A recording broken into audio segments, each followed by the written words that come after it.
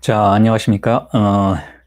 세미나 17의 강의 수업 5부 팔루스의 비밀 5번째 수업을 시작하겠습니다.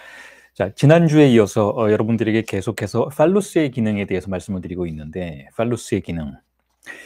자, 팔루스라는 이 개념 자체는 프로이트 정신분석과 그 이후로 이어지는 락강 정신분석에서 혹은 정신분석 일반에서 가장 중요한 개념 중에 하나라고 할 수가 있고, 또한 가장 모호한 개념이라고 할 수도 있습니다. 가장 중요하지만 모호하기도 한. 자, 그래서 그 부분에 대해서 특히 이번 5부 세미나에서는 집중적으로 여러분들께 설명을 드리고자 제목조차도, 세미나의 이 강의 수업의 제목조차도 팔루스의 비밀이라고 제가 타이틀을 붙여 놓았는데요. 자, 이제까지 여러분들께 설명드린 그 팔루스에 대한 해명이 얼마나 전달이 됐는지는 잘 알지 못하겠지만 어쨌든 좀 더 선명하게 전달이 되도록 하기 위해서 나름 노력을 하고 있습니다.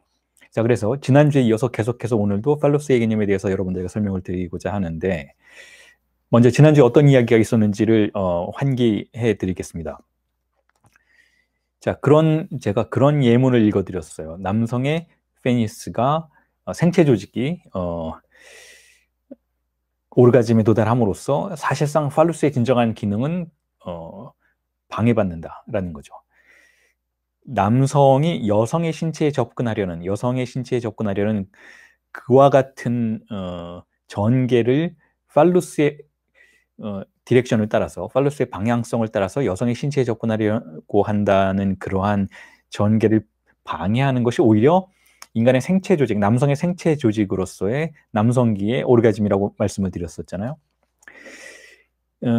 그렇게 함으로써 이 양자가 서로의 실패를 보장해 준다. 혹은 양자가, 페니스와 남성의 성기가 사실상 이 같은 기원을 가지고 있는 이 두 개가 서로의 실패를 보장한다. 또는 서로의 성공을 방해한다.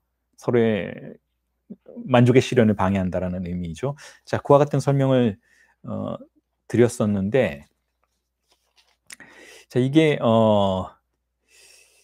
생각보다 어려웠던 것 같습니다. 여러분들 중에서 이 페니스에 대한, 남성의 페니스와 팔루스의 관련성에 대해서 얼핏 들으면은 굉장히 단순할 것 같은 설명이 제가 이렇게 제시해드리는, 혹은 락강에 의해서 언급된 이와 같은 인용문을 통해서 오히려 복잡해지는 느낌을 받는 분들이 계신 것 같아서 다시 한번 조금 더 논리적이고 인문학적으로 짚어드리도록 하겠습니다.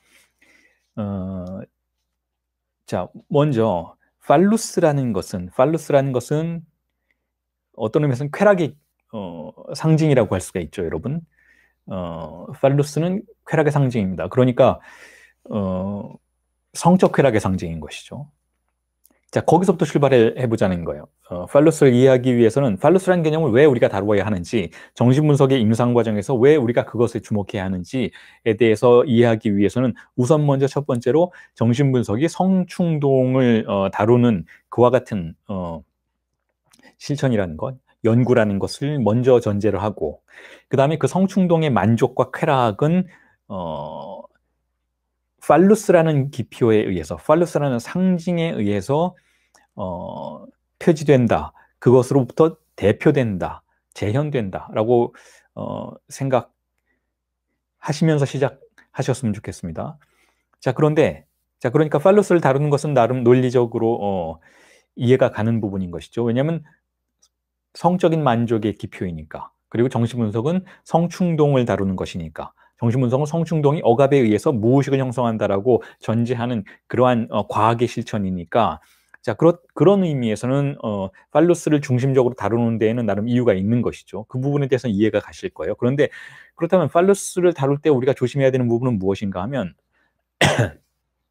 다른 여타 학문과 다르게 정신분석은, 프로이트 락강의 정신분석은 기표라는 개념을 사용한다라는 거예요. 기표, 혹은 뭐 언어표상 같은, 그와 같은 개념을 사용한다라는 것이죠. 혹은 우리의 심리가 언어적인 상징에 의해서 작동한다라는 그러한 접근을 하는 것이 프로이트 락강의 정신분석의 특징이라는 것이죠. 그래서 인간이 쾌락에 대해서 접근할 때는 단지 이런 생체적인 쾌락에 대해서 만족감을 느끼고 그것을 쫓는 것이 아니고 오히려 어떤 상징적인 것을 쫓아간다라고 이해할 수 있게 된다는 거예요. 그래서 그러한 상징적인 쫓아감의 방향성, 어떤 표지석과 같은 기능을 해주는 것이 팔루스라는 것이죠. 그러니까 쾌락이 어디 있는지를 가리키는 그와 같은 추상적인 기능을 하는 것이 일단은 팔루스라고 생각을 하시면 될 것 같아요. 그러니까 인간은 여러분 그렇지 않습니까? 우리가 무언가 쾌락을 느낄 때 동물들과 다르게 우리는 쾌락과 만족을 추구할 때 우리는 항상 상징적인 것을 쫓으려는 경향이 있잖아요. 예를 들어서 뭐 인간이 어떤 직업적인 그런 실천과 수행 속에서 명예를 획득하려는 경향을 갖는다든지 혹은 가족이라고 하는 동물들의 세계에서는 일단 어떤 종류의 집단과 무리로만 그렇게 생각될 수 있는 그와 같은 하나의 공동체를 인간은 상징적인 기능 속에서 이해하려고 한다든지, 그러니까 가족의 행복이라든지 가족의 조화라든지 가족 속에서의 아버지의 역할이나 어머니의 역할이라든지 그리고 자녀들에게 물려주고 싶은 가치라든지, 단지 재산만을 물려주려고 하는 것은 아니지 않습니까?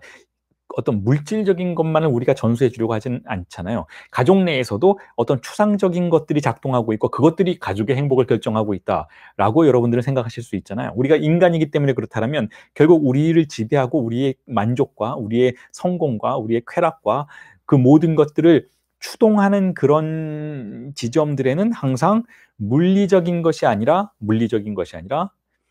추상적인 것이 작동한다라고 볼 수가 있어요. 그리고 그 추상적인 것을 예전에는 어떤 정신이라든지 정신 속의 실체라든지 이데아라든지 이런 걸로 생각하는 경향이 있었는데 20세기에 들어서 프로이트의 발견 이후로 그리고 소슈리의 언어학의 발견 이후로 그리고 락강의 집중적인 탐사 이후로 이제는 그것을 언어적 기능이라고 보게 됐다라는 것이죠. 언어가 그 언어의 상징 기능이, 즉 기표의 기능이 우리의 만족과 쾌락의 방향을 지시하고 우리의 좌표를 설정하고 우리의 어떤 행복들을 규정하고 그것에 대해서 불만족을 느끼거나 혹은 실현하고자 하는 어떤 욕구를 이끌어내도록 하는 그와 같은 일들이 벌어지고 있다는 걸 이해하게 됐던 것이죠.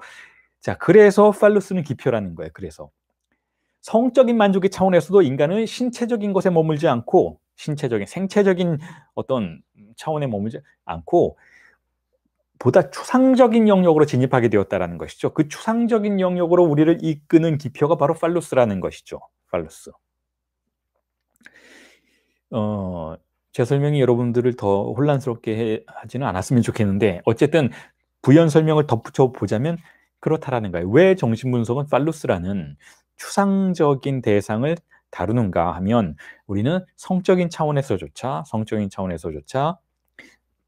추상적인 만족을 추구하기 때문에 그렇다라는 거예요. 추상적인 만족을 추구하기 때문에 그렇다라는 것이죠.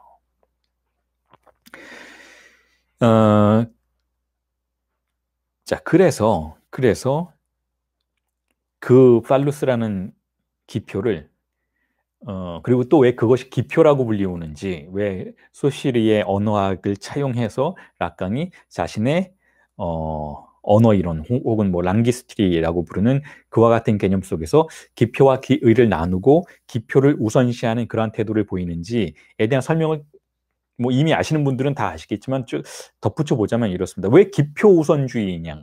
왜 기의가 먼저 있지 않고? 자, 그 부분에 대해서는 지난주에 제가 의미 발생과 기표의 관계를 설명드리면서 여러분들에게 충분히 해명해 드렸던 기억이 나는데 이제 충분히 어느 정도는 다 이해하셨겠죠. 왜 기표가 먼저이고 기의가 따라오는가, 그 뒤에 따라오는가 하는 부분에 대해서는 의미 발생이 어떻게 먼저 있지 않고 사후적으로 발생하는가에 대해서는 언어학적인 차원, 혹은 인문학적인 차원, 혹은 철학적인 차원, 혹은 정신분석적인 차원에 근거해서 제가 여러분들에게 충분히 설명을 드렸던 기억이 나는데 그 부분에 대해서 다시 한번 말씀을 드리자면, 자, 기표는 기의 없이 존재할 수 있지만 의미는 기표 없이는 존재할 수가 없다라는 거예요. 기표가 없는 의미는 하나의 이미지일 뿐이고 그 이미지는 전수 불가능하고 공유가 불가능하다는 것이죠. 그래서 무언가가 전수되고 힘을 발휘하고 하나의 공동체 내에서 강력한 영향력을 행사하기 위해서는 기표에 의한 표지가 일어나야 한다는 것이죠. 그래서 기표가 항상 우선시 된다는 거예요. 자, 그런데 팔루스는 그렇다면 무엇인가 하면 기표라는 거예요. 기표.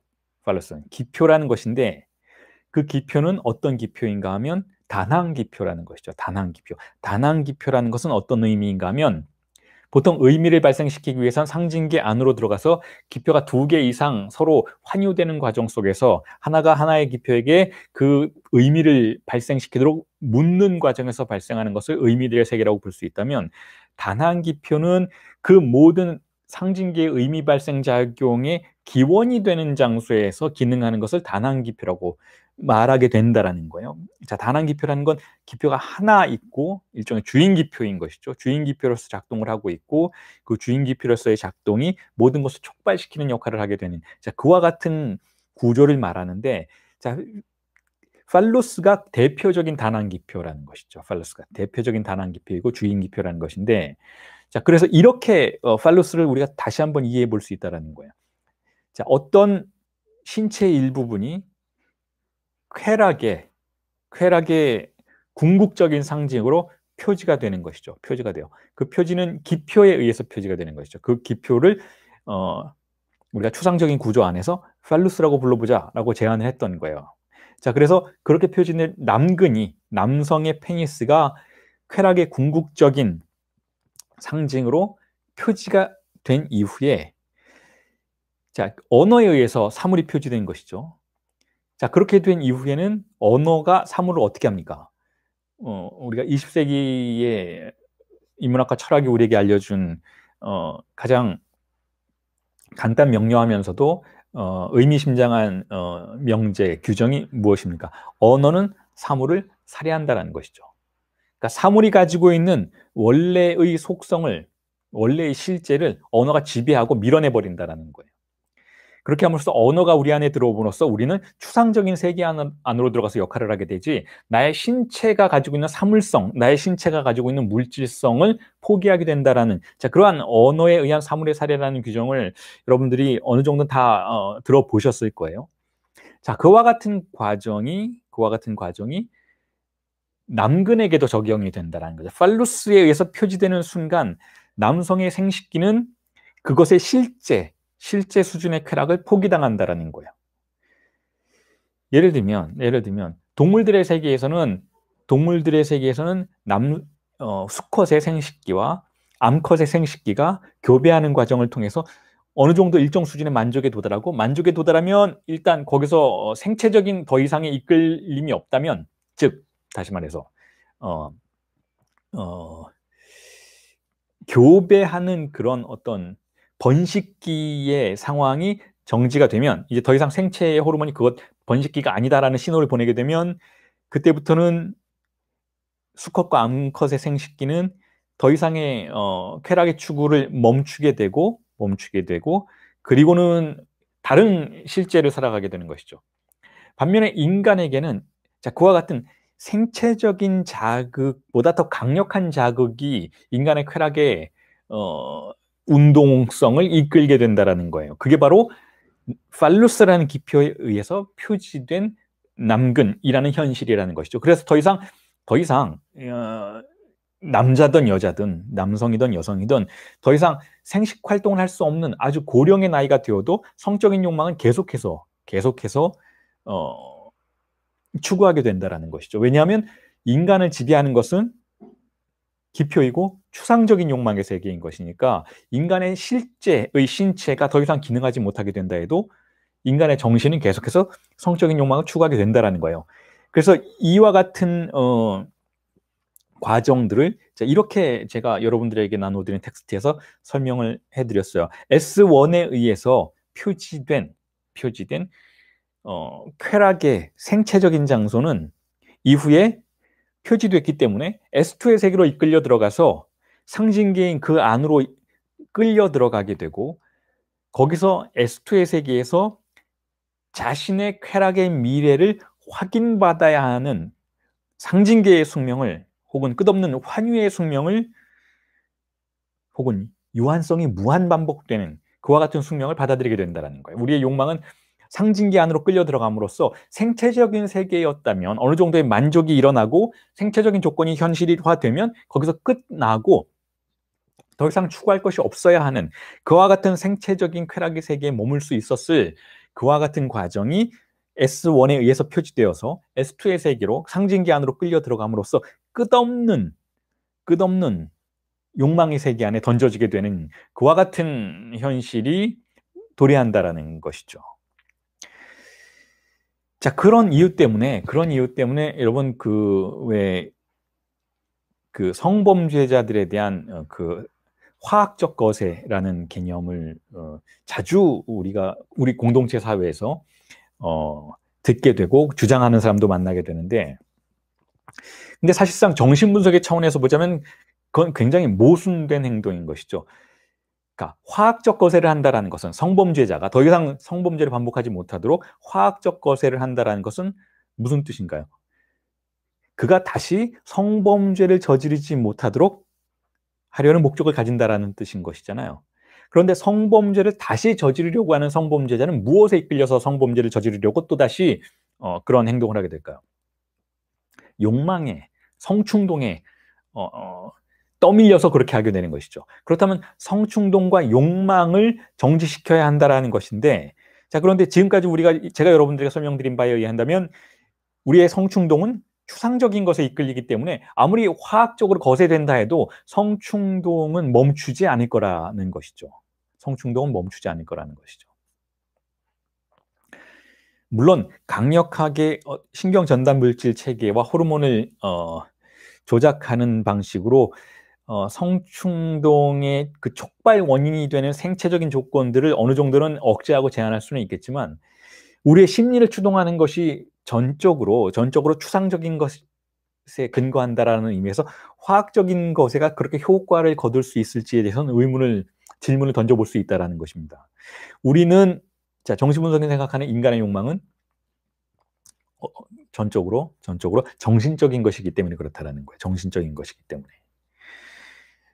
그와 같은 반증은 여러 곳에서 우리가 발견할 수 있죠. 예를 들면 아까 말씀드렸던 것처럼 고령의 나이가 되어도 성적인 욕망은 절대 멈추지 않는다라는 거예요. 성적인 욕망은 절대 멈추지 않는다라는 것이죠. 혹은 예를 들어서 어떤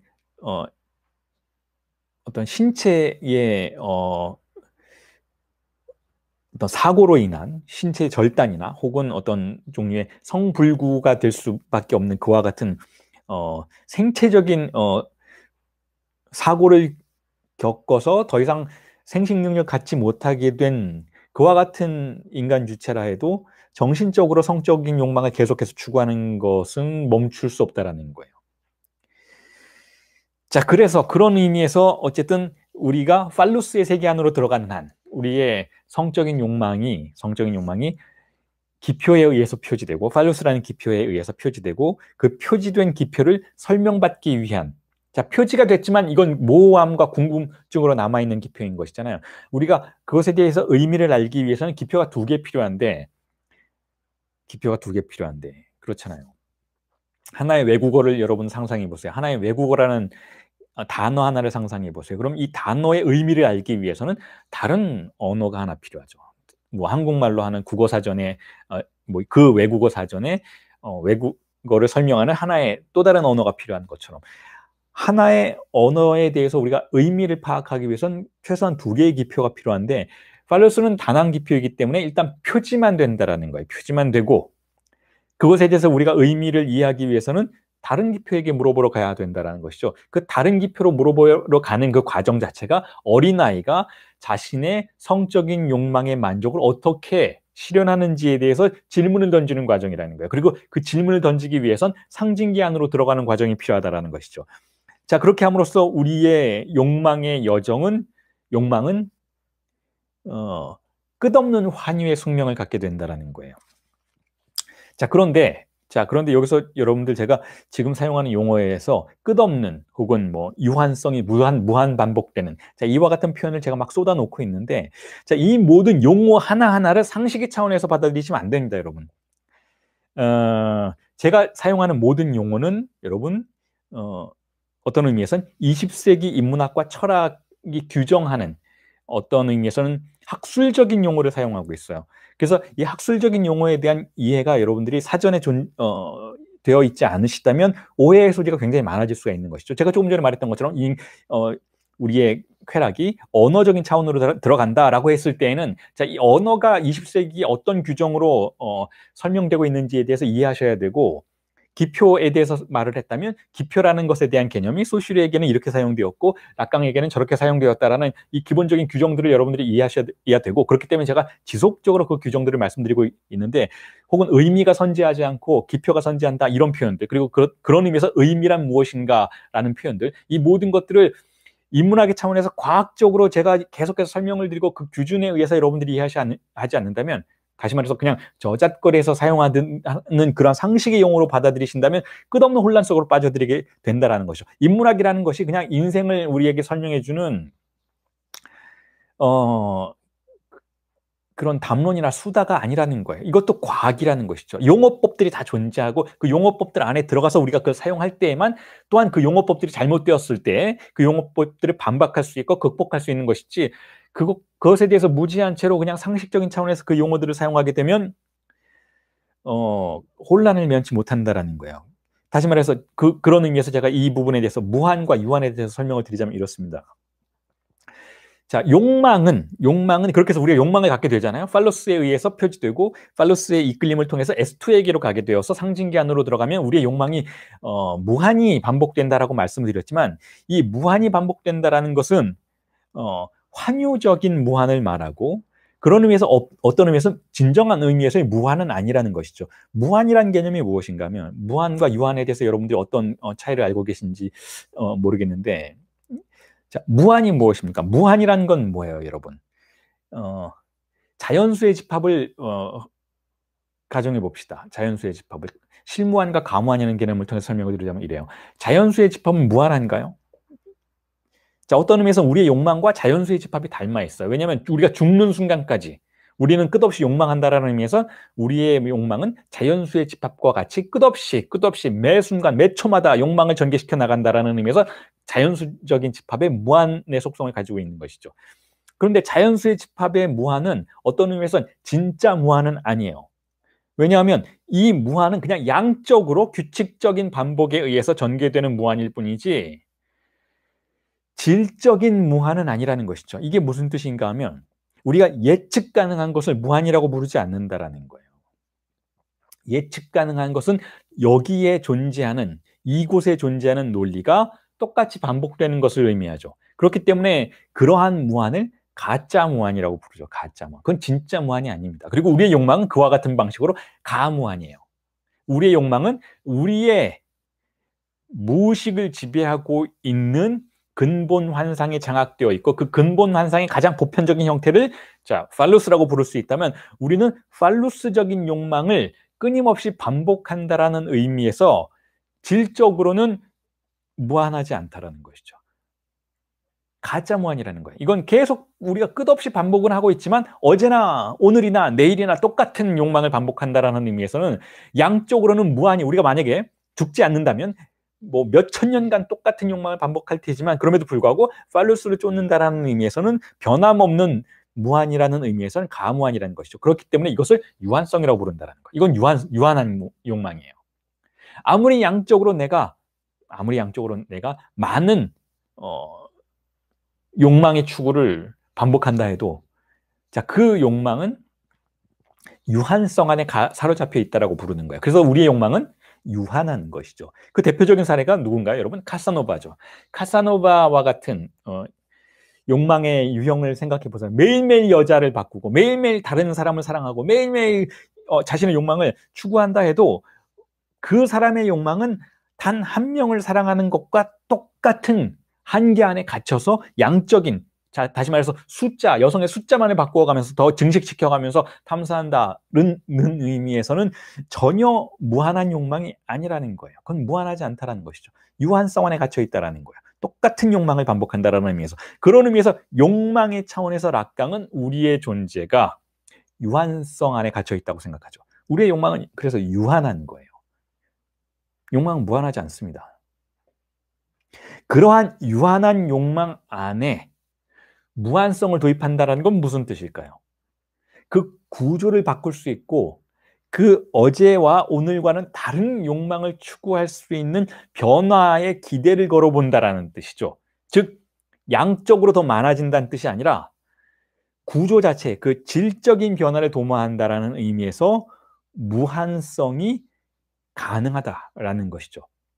가능할 뿐 그 실제로 그렇게 될지는 해봐야 한다라는 것. 그런 의미에서 우리의 욕망은 양적으로 무한히 반복되고 있고 그 안에 우리는 사로잡혀 있지만 그와 같은 유한한 욕망을, 유한성의 욕망을, 즉 끝없이 무한히 환유를 반복하고 있는 유한성의 구조를 무한성으로 개방하는 것이 그것이 정신분석의 모토라는 거예요. 그러니까 변화를 추구한다는 거죠. 그래서 제가 이와 관련해서 성사라는 개념을 여러분들에게 말씀을 드렸던 거예요. 성사란 무엇인가 하면 기독교에서 말하는 그 성사란 변화를 의미하잖아요. 변화를 의미한다는 건 구조가 바뀐다는 뜻이죠. 정신분석은 그렇게 성사를 추구한다는 거예요. 제가 악마의 미학에서도 여러분들에게 그 책을 통해서 말씀드렸던 것이 바로 그와 같은 구조인 것이죠. 즉 상흔을 성운으로 바꾼다라는 개념을 거기서 제가 여러분들에게 말씀을 드렸죠. 상흔을 성운으로 바꾼다라는 개념. 스티그마를 스티그마타로 바꾼다라는 개념을 거기서 말씀을 드렸었죠. 그게 무슨 뜻인가 하면 우리의 욕망은 우리가 어린 시절에 경험한 거세 이후에, 즉 거세 이후에 어떻게 되나요? 어머니를 포기하고 팔로스를 받아들이는 것이잖아요. 그리고 그 과정을 우리는 첫 번째 가장 보편적인 상처로 규정하는 것이잖아요. 상처, 스티그마, 상흔으로 규정하는 것이잖아요. 그 상흔을 우리는 부여받고 그 상흔에 의해서 구조화된 방식으로 끝없이 동일한 욕망을 반복하게 되어 있어요. 그 욕망이 끝도 없이 반복된다는 것이죠. 즉 상흔이, 스티그마가 우리에게 근본 환상을 자리 잡게 한다는 것이죠. 자, 그와 같은 과정 속에서 우리는 매일매일 똑같은 욕망을 반복해요. 우리가 반복하는 욕망이 무한한 것 같이 보이지만 이 상흔에 의해서, 스티그마에 의해서 반복할 수밖에 없게 되는 그 욕망은 유한성의 욕망이라는 거예요. 한계 안에 갇혀 있다는 거죠. 똑같은 걸 매일매일 반복해서 그 유한성 안에서 우리가 벗어날 수 없는 그 아주 좁은 연못 안에서 바깥으로 나아갈 수 없는 그와 같은 현실에 사로잡혀 있다는 거예요. 그래서 제가 락강의 루브르라는 책에서 후기에 에필로그에 그런 언급을 했었죠. 우리가 우리의 욕망과 관련한 삶을 살아갈 때 우리는 아주 넓은 대양을 항해를 하고 뭐 이것저것 새로운 섬들을 발견하고 새로운 인생을 발견하고 새로운 사람과 만나는 것 같지만 우리는 그런 착각 속에 빠져 있지만 잘 살펴보면 우리가 정신분석의 임상 과정 속에서 잘 살펴보면 사실 우리가 여행하고 있었던 곳은 태평양이 아니고 정말 협소한 유한성의 작은 연못일 뿐이라는 거예요. 우리의 무의식의 연못이라는 것이죠. 그 연못 위를 떠다니고 있었던 위태로운 종이배에 불과했었다라는 거예요. 우리는 그걸 목도하게 됨으로써 정신분석의 임상의 절차 안으로 들어가게 된다라는 거예요. 정신분석실을 찾아와서 자신의 거창한 인생들, 자신의 정말 굴곡이 많았던 인생들을 이야기하고 분석가와 함께 대화를 이어나가다 보면 내담자가 알게 되는 현실이란 바로 나는 어린 시절에 나에게 남겨진 작은 연못, 스티그마의 연못 속에 갇혀 있었던 종이 조각배에 불과했구나라는 것을 이해하는 과정이라는 것이죠. 즉 유한성 안에 갇혀 있구나라는 것을 이해하는 과정이라는 거예요. 그 과정 속에 가게 되면 우리는 우리 자신의 근본 환상에 지속적으로 타격을 주게 되고 우리 자신의 근본 환상의 변화를 추구하는 다양한 담론들과 대화를 분석과 진행하는 과정을 통해서 자기 자신의 상흔의 스티그마의 연못으로부터 벗어날 수 있는 가능성을 추구하게 된다는 것이죠. 즉 성사를 추구하게 된다는 거예요. 즉 사크르몽, 성사를 추구한다는 것은 즉 스티그마의 유한성으로부터 벗어나서 스티그마타의 기적 안으로 자신을 옮겨가도록 만드는 과정이라는 것이죠. 스티그마타의 기적이란 뭔가요, 여러분? 스티그마타가 뭐예요, 기독교에서? 성흔의 개념이 무엇인가요, 성흔? 예수에게 벌어졌던 일이 예수가 십자가에 못 박였던 그 손에서 피가 났었잖아요. 그런데 수백 년 뒤에, 수천 년 뒤에 평범한 인간의 손바닥에 다시 피가 흐르는 그러한 기적을 성흔의 기적이라고 말하잖아요. 자, 이건 있을 법하지 않은 이야기이지만 이걸 우리가 개념적으로 이렇게 받아들여 볼 수 있는 것이죠. 예수에게 일어났던 일이 인간에게도 일어난다라는 거예요. 예수에게 어떤 일이 일어났나요? 부활이 일어났잖아요. 부활이. 다시 살아났잖아요. 다시 태어났잖아요. 다시 태어나는 게 무엇입니까, 여러분? 성사인 것이죠. A라는 존재의 삶이 변화해서 B라는 존재가 되는 것. 자, 이게 부활입니다. 이게 성은의 사건인 것이고 이게 바로 스티그마타의 사건인 것이죠. 그러니까 우리를 사로잡고 있었던, 기독교에서는 그걸 원죄라고 하죠. 원죄. 정신분석에서 그것은 거세인 것이죠. 우리를 사로잡고 있었던 상흔, 스티그마에서 스티그마타의 기적으로, 성흔의 기적으로 나아가는 것이 바로 유한성의 욕망을 무한성으로 개방하는 과정이라고 이해해 볼 수 있다는 거죠. 그런 의미에서 우리를 원래 사로잡고 있었던 그 상흔의 중심에는 무엇이 있나요? 그게 바로 팔루스라는 거예요. 팔루스가 우리에게 강제되고 우리는 그것을 중심으로 어떤 인력장 안으로 끌려 들어가는 과정 속에서 끝없이 우리의 욕망을, 그 동일하고 그 변화 없고 그렇게 소외된 욕망을, 쾌락조차 없으면서 우리를 그 안으로 빨려 들어가게 만드는 그와 같은 욕망을 추구할 수밖에 없는 숙명 속에 그 유한성 안에 갇혀버렸던 존재라는 것이죠. 거기서 나올 수 있도록 만드는 것이 정신분석의 절차라는 거예요. 그게 바로 무한성이라는 것이죠. 그러니까 유한성과 무한성의 개념을 여러분들이 이해하셔야만 제가 사용하는 용어에 의해서 설명되는 이 팔로스라는 개념을 더 쉽게 받아들이실 수가 있어요. 그렇습니다. 정신분석은 무한성을 추구해요. 그런데 그 무한성은 양적인 무한이 아니라는 거예요. 양이 많아서 무한이 아니라는 것이죠. 아무리 양이 많아도 자연수적으로 하나, 둘, 셋, 넷, 다섯, 여섯, 수조, 수경까지 나아가는 그와 같은 무한이라고 해도 그건 무한이 아니라는 거예요. 왜냐하면 그건 예측 가능한 것이니까. 예측 가능하다는 건 무슨 뜻인가 하면 똑같은 논리에 의해서 사로잡혀 있다는 것이니까. 그래서 제가 이 부분을 또한 설명하기 위해서 락강미술관의 유령들인가요? 아주 오래전에 썼던 책이죠. 벌써 한 6년, 7년 전에 쓴 책인데 첫 번째 책이죠. 거기서도 말씀을 드렸고, 그리고 아마 락강이 루브르라는 책에서도 그 부분이 언급이 됐던 것 같은데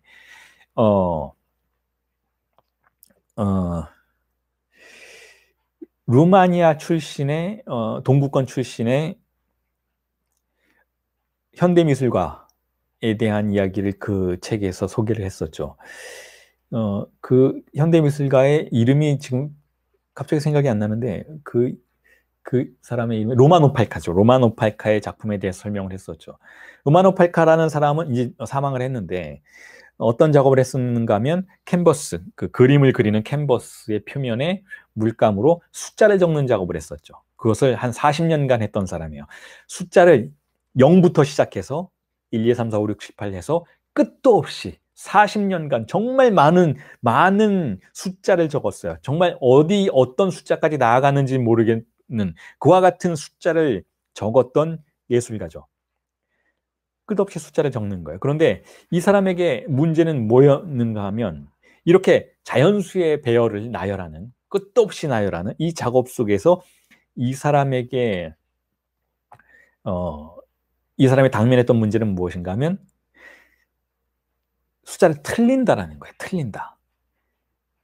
1, 2, 3, 4, 5, 6 다음에 7이 와야 되는데 이게 숫자가 너무 많다 보니까 7이 와야 되는데 다른 숫자가 반복된다. 6이 반복된다든지 479가 와야 되는데 478이 다시 온다든지 아니면 전혀 뜬금없는 숫자가 온다든지 그래서 전체의 배열이 흐트러지는 그러한 실수들이 발견되는 것이죠.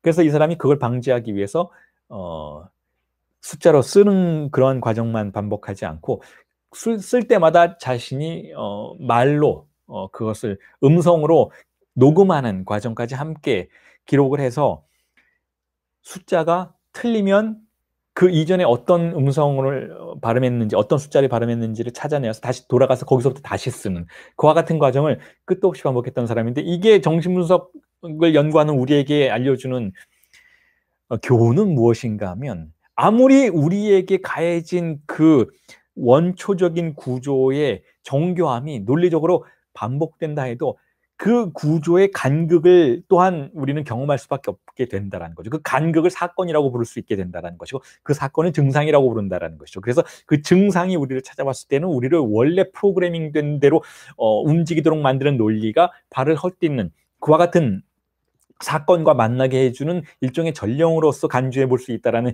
그러한 구조를 여러분들에게 정신분석의 구조를 여러분들에게 설명드리기 위해서 제가 로만 오팔카라는 그 화가의 작품들을 여러분들에게 소개해 드렸었던 거죠.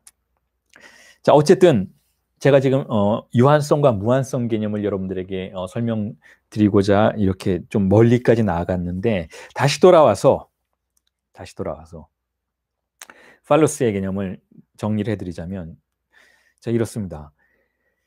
자, 실제 성기의 성적인 기관, 생체의 성적인 기관인 남성의 페니스가 팔루스라는 그 추상적인 기표에 의해서 표지된 이후에 결국 우리가 결론적으로 받아들여야만 하는 현실이란 무엇인가 하면 그 생체 조직 기관은 쾌락의 원점으로서의 의미를 상실하게 되고 사물이 살해되니까 그리고는 우리는 추상적인 세계 안으로 들어가서 추상적인 쾌락을 추구하는 그와 같은 현실을 받아들이게 됐는데 그때 일어난 일이 무엇인가 하면 우리의 기원적인 생체적인 쾌락의 상실감이라는 거예요. 우리는 예를 들면 동물들의 세계라면 어쨌든 남성의 경우에 수컷의 경우에 사정을 통해서 충분히 만족을 취하고 그걸로 끝났어야 되는데 부족함을 느낀다라는 거, 내가 뭔가 뺏겼다라는 느낌을 든다는 거죠. 이게 전부가 아니라는 생각을 갖게 된다는 거예요. 기본적인 쾌락에 대한 상실감이라는 것을 얻게 되고 그리고 이 상실감은 실제로 우리가 상실한 양보다 훨씬 과장된 방식으로 부풀려진다는 것이죠. 이 부분에 대해서는 제가 지난 텀의 강의에서 피보나치의 수열을 통해서 락강이 이걸 어떻게 설명하는지를 소개해 드렸죠.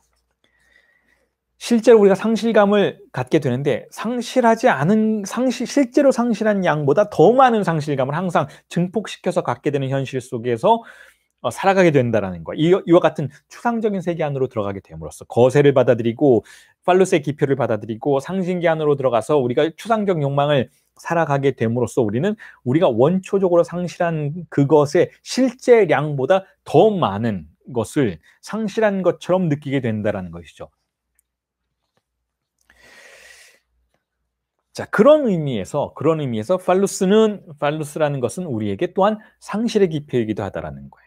그게 우리가 욕망을 어떻게 추구해야 할지, 어디로 가서 보상을 받아야 할지를 알려주는 기표이기도 하지만 동시에 우리가 상실했다라는 상실감을 느끼도록 만드는 기표이기도 하다라는 것이죠. 그리고 이러한 상실감은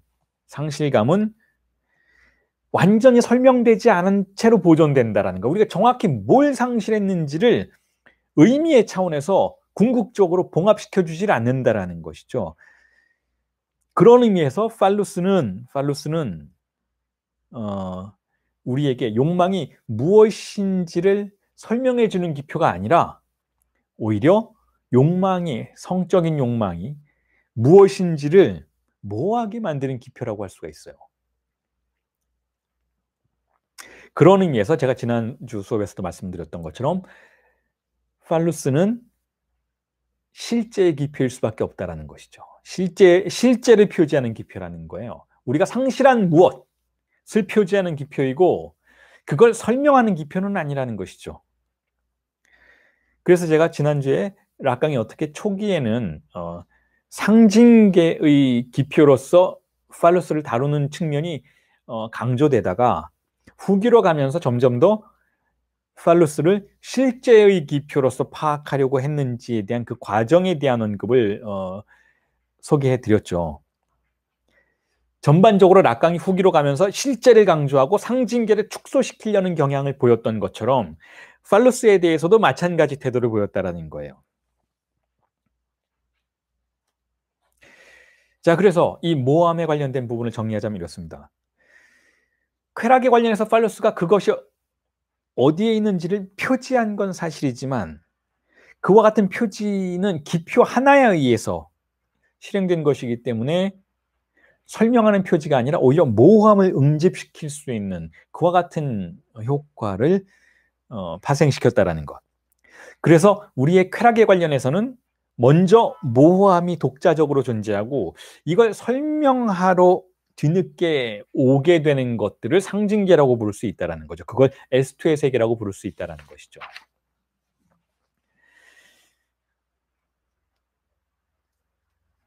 자, 그래서 팔루스는 또한 증상적 기표라는 거예요.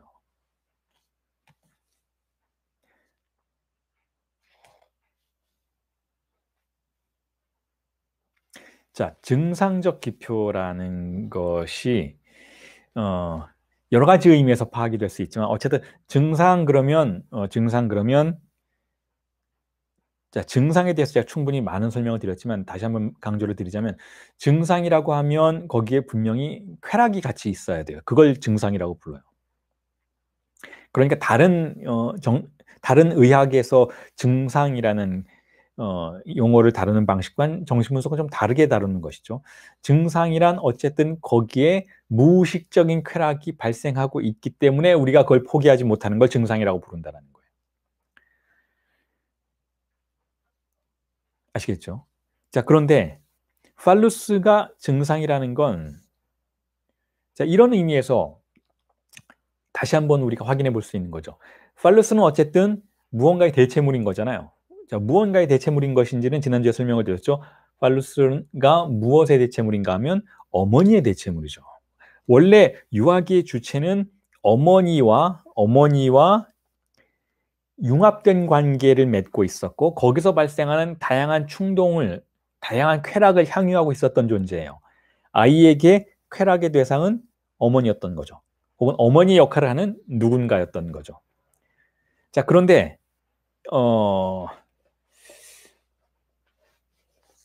그것을 문명은 포기하도록 만들죠. 어린아이가 더 이상 어머니와 융합된 관계를 맺지 못하도록 만들죠. 왜냐하면 그건 현실적으로 불가능하니까. 어머니도 어머니의 삶이 있고 역할이 있으니까 어머니와 아이는 분리되어야 하죠. 그런데 그냥 분리되는 것이 아니라 아이를 폭력적으로 밀어내는 것이 아니라 항상 규범에 의해서 밀어내려고 하죠. 규범에 의해서. 너무나 많이 반복해서 여러분들 귀에 못이 박이도록 제가 말씀드렸던 이야기이고 정신분석의 근본 태제이기도 한 것이죠. 어머니와 아이의 분리는 폭력적으로 일어나지 않고 물리적으로 일어나지 않고 무엇에 의해서 일어납니까? 규범에 의해서 일어난다는 거예요. 규범에 의해서. 너는 내 아들이니까. 너는 내 딸이니까. 너는 내 자식이니까. 너는 이렇게 해야 돼. 그리고 나는 너의 엄마니까 이렇게 해야 돼. 라는 방식으로 아이를 밀어내지 그냥 무작정 아이를 밀어내지는 않는다라는 거예요. 항상 우리가 아무리 그 가정 내에서 도덕관념이 취약한 그러한 가정이라 해도 그런 공동체, 가족 공동체라 해도 어머니가 아이를 밀어낼 때에는 자신의 어머니와 밀어냄을 당할 때에 들었던 소리를 반복하게 되어 있어요. 그러니까 문명이 전수되는 것이죠. 어머니가 아이를 밀어낼 때 혹은 어머니 역할을 하는 누군가가 아이를 밀어내어서 하나의 사회적 개체로서 성장시키려고 할 때에는 자신이 지어낸 이야기를 통해서 아이를 그렇게 하지는 않는다는 거. 인간에게 그런 능력이 없다는 거야. 어머니는 자신이 어린아이 시절에 어머니에게 들었던 이야기를 똑같이 반복함으로써 이 아이를 밀어내요. 이 과정이 분리이고 이 과정이 거세이죠. 자, 이때 이 아이는 자신의 쾌락을 포기당하는 것이잖아요. 자신의 유일한 쾌락의 대상이었던 어머니를 모든 걸 해주었고 모든 쾌락을 공급해 주었던 그게 어떤 많은 쾌락이건 적은 쾌락이건 왜냐하면 모든 어머니가 똑같을 수는 없잖아요. 모든 어머니가 아이를 24시간 돌봐줄 수는 없는 것이잖아요. 어떤 어머니는 직장에 나가야 하기 때문에 아침 일찍 아이를 유아원에 맡겨야 하기도 하고 할머니에게 맡겨야 하기도 하고 어쨌든 이 어머니가 아이에게 줄 수 있는 쾌락의 양은 각각 다를 수는 있겠지만 그 중요성은 다르지 않다는 것이죠. 많으면 많아서 좋은 거고 적으면 적으니까 소중한 거예요. 아이에게는. 자, 그렇기 때문에 어머니와 아이의 쾌락의 관계는 어쨌든 많은 그 가정의 각각의 현실의 그 다양성과 상관없이 그 중요도는 아주 강력한데, 자, 이게 분리될 때 어머니는 아이에게, 혹은 어머니의 역할을 하는 그 존재는 아이에게 규범을 강제하는 방식으로 아이를 밀어내게 된다는 것이죠. 법과 질서를 강조하는 방식으로 아이에게 멀어진다는 거예요. 이 법과 질서를 락강이 아버지의 기능이라고 부르는 거예요. 아버지의 기능. 여기서 아버지는 진짜 그 실제 아버지가 아니고 상징적인 아버지를 말하죠. 우리 사회를 지배하는 권력자를 그냥 아버지라고 부르는 것이고, 그 권력자로부터 나와서 이 가족 안으로 흘러들게 되었던 그 규범의 담화를 아버지라고 부르는 거예요. 아버지의 기능이라고 부르는 것이죠. 그러니까 어머니가 아이를 밀어낼 때는, 자, 아버지의 기능을, 담화를 통해서 아버지의 기능의 힘을 빌어서 아이를 밀어내게 되어 있는데, 이와 같은 담화 속에서 발견되는 쾌락의 향방을 팔루스라고 부르는 것이다라는 거예요. 그러니까 팔루스가 담화 안에 존재하는 것이죠. 담화 안에. 어머니가 아이를 밀어내는 과정에서 쾌락을 다 뺏는 것이 아니고, 자, 나를 포기하면 넌 다른 걸 얻을 수 있어 라는 방식으로 아이를 밀어내게 된다는 거예요. 왜냐하면 담화 속에는 아이가 가늠하고 예측할 수 있는 또 다른 쾌락의 기표가 존재하기 때문에 그 쾌락의 기표를 팔루스라고 부른다는 것이죠. 그러니까 팔루스는 대체물인 것이죠. 상실된 근원적 주입상스를 대체하는 잉여적인 무엇인 것이죠. 자, 그러니까 그건 잉여향유인 거예요. 그리고 잉여향유는 증상적인 것이죠. 왜냐하면 내가 상실한 것을 보상받기 위해서 우리가 매달리는 어떤 또 다른 대상인 것이니까 증상적이라는 거예요. 자, 그러니까 주입상스를 표지하고 밀어낼 수 있었다라는 것은 담화의 기능이고 아버지의 기능이지만, 또한 그것이 또 다른 쾌락을 약속해 주었고 그 또 다른 쾌락으로 우리가 달려가도록 만들었다라는 의미에서는 또한 팔루스는 증상적이라고 부를 수가 있다라는 거예요.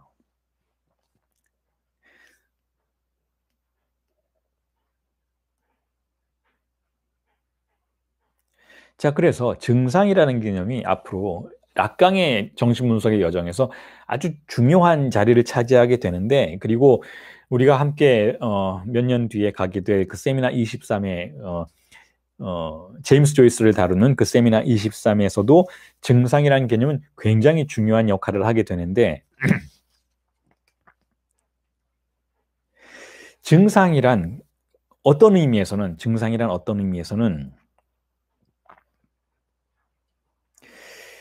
우리가 현재 사로잡혀 있는 구조로부터 벗어날 수 있는 가능성을 약속해주는 그러한 개념으로 이해해 볼 수 있다는 거예요.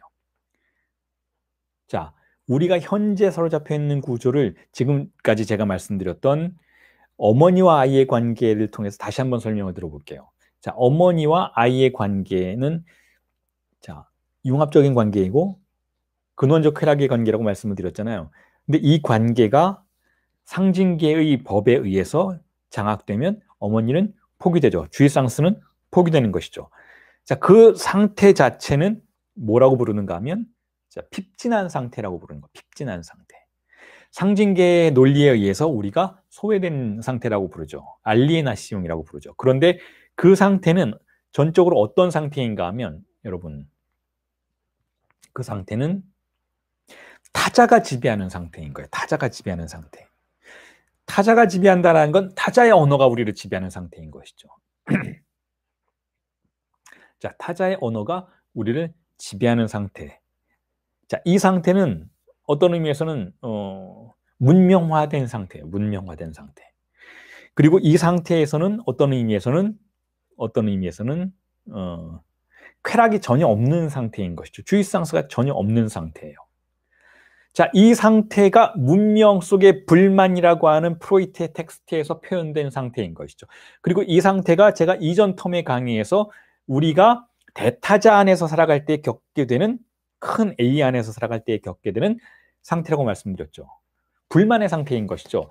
자, 그런데 이 상태 안에 있을 때 우리는 인간들은 가만히 있지 않는다라는 거예요. 가만히 있지 않아요. 두 가지 형태를 일단 우선 먼저 보인다고 볼 수가 있어요. 타자가 우리를 지배할 때, 타자의 언어가 우리를 지배할 때 우리는 두 가지 태도를 보여요. 두 가지. 가장 크게 나누자면 첫 번째는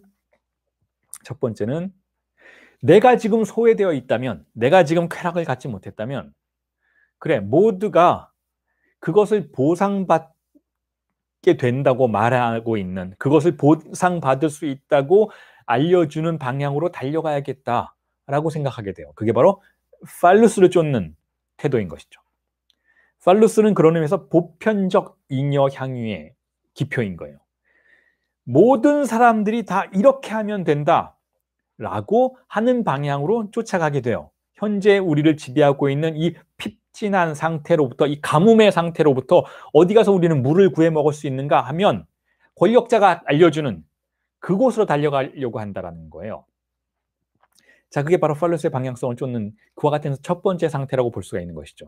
달리 설명을 드리자면 인간이 어머니와의 쾌락을 포기한 상태에서, 혹은 원초적인 아버지의 원시적 세계를 포기한 상태에서, 인신공양의 상태를, 그런 역사를 포기한 상태로부터 들어온 이 세계는 쾌락이 없는 세계인 것이고, 쾌락이 없는 세계인 것이니까 일종의 가뭄이 든 상태라고 볼 수가 있고, 우리는 모두 그 가뭄을 견디고 있어요. 법과 질서를 견뎌야 하니까.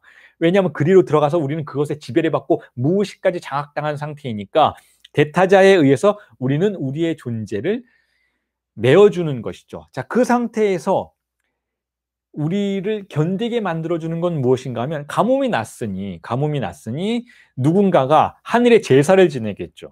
자, 그런데 누가 제사를 지내는 것을 우리는 주목하고 그 말을 따를까요?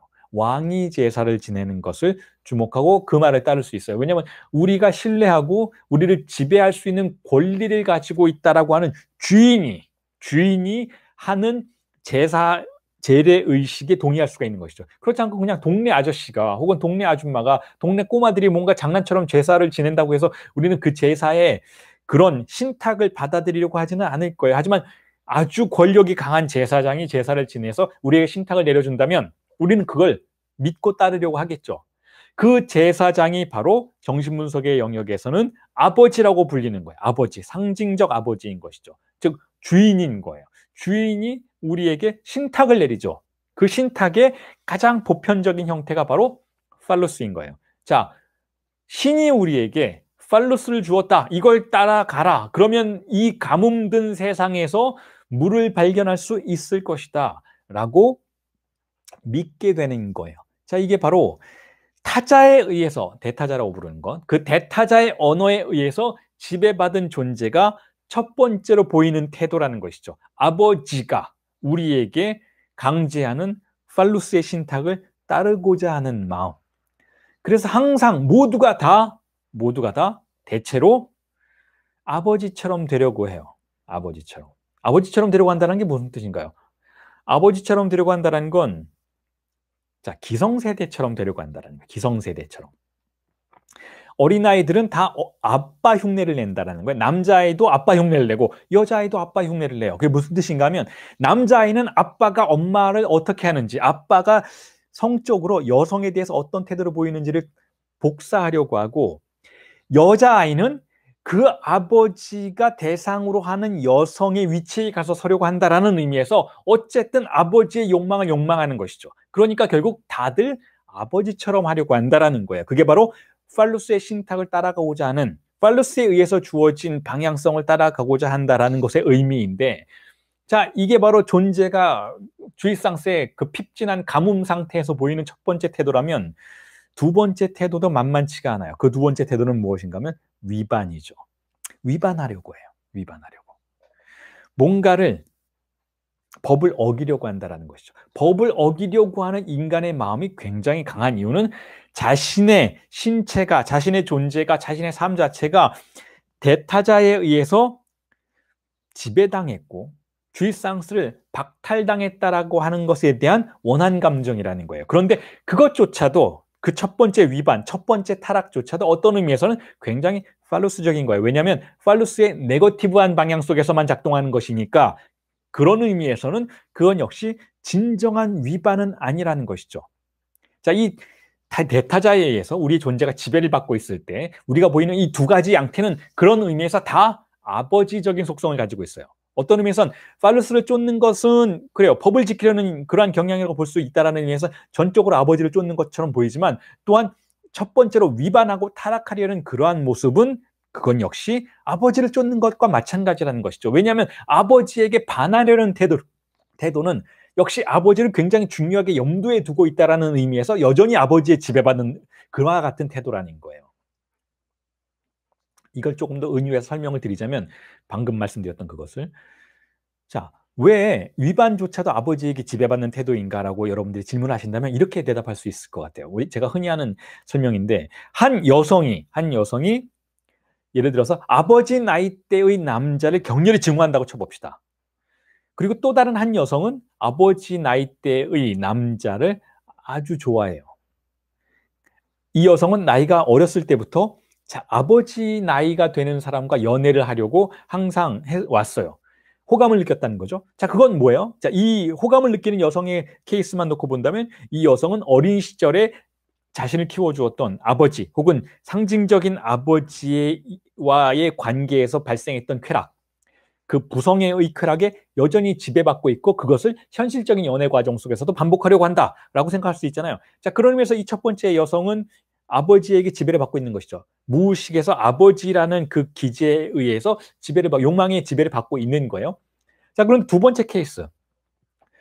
아버지를 싫어해요. 아버지 나이대 사람들을 싫어하고 그래서 항상 연하를 사귀려고 하고 아버지와 어떤 관련된 그런 것들을 환기시키는 모든 것을 거부하려고 하는 이 여성은 그렇다면 아버지에게 지배를 받고 있는 것이 아니냐 하면 오히려 이 여성이 더 아버지에게 지배를 받고 있는 것이라고 볼 수도 있다는 것이죠. 왜냐하면 아버지에게 느꼈던 어떤 성충동에 대한 반작용으로서 그것을 거부하고 방어하려는 차원에서 연하를 사귀려고 하고 아버지의 뉘앙스를 보이는 모든 사람들이 거부하려고 하는 태도를 보이는 것으로 이해할 수도 있고 혹은 아버지에 대한 원초적인 거부감이 아버지와 관련된 모든 것을 거부하는 성인이 되어서도 똑같은 그와 같은 원한과 거부감을 보이는 태도를 보이게 만들었다라는 의미에서 여전히 아버지가 강력한 힘으로 작동하고 있다라고 볼 수밖에 없는 것이죠.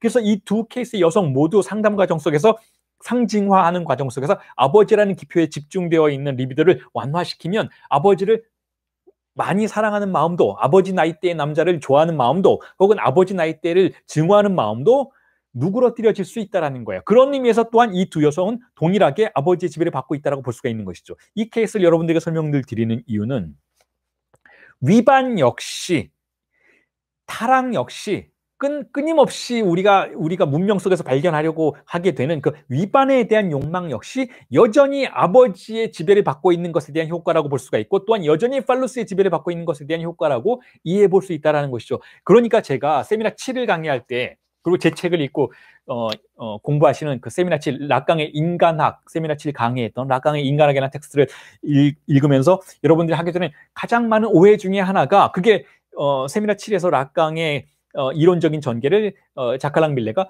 위반의 장치화라고 부르고 정신분석을 일종의 위반하는 과정으로서 설정을 했었던 것인데 그걸 제가 설명할 때 그걸 오해하시는 분들이 있었는데 이 부분을 여러분들이 염두에 두신다면 그런 오해를 안 하시게 될 거예요.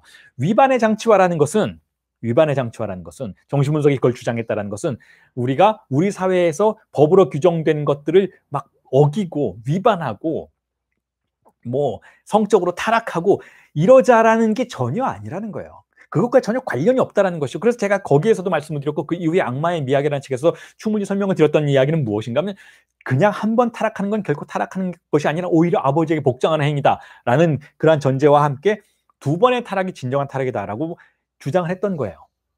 단지 한 번을 위반하고 그냥 우리가 단순히 아무 생각 없이 위반하고 법을 위반하고 무언가 어떤 사회적인 그 규범들을 거부하는 이러한 차원은 사회적인 규범에 완전히 사로잡혀 있는 태도와 전혀 다를 바가 없다는 것이죠. 두 번 위반해야 한다는 거예요. 두 번.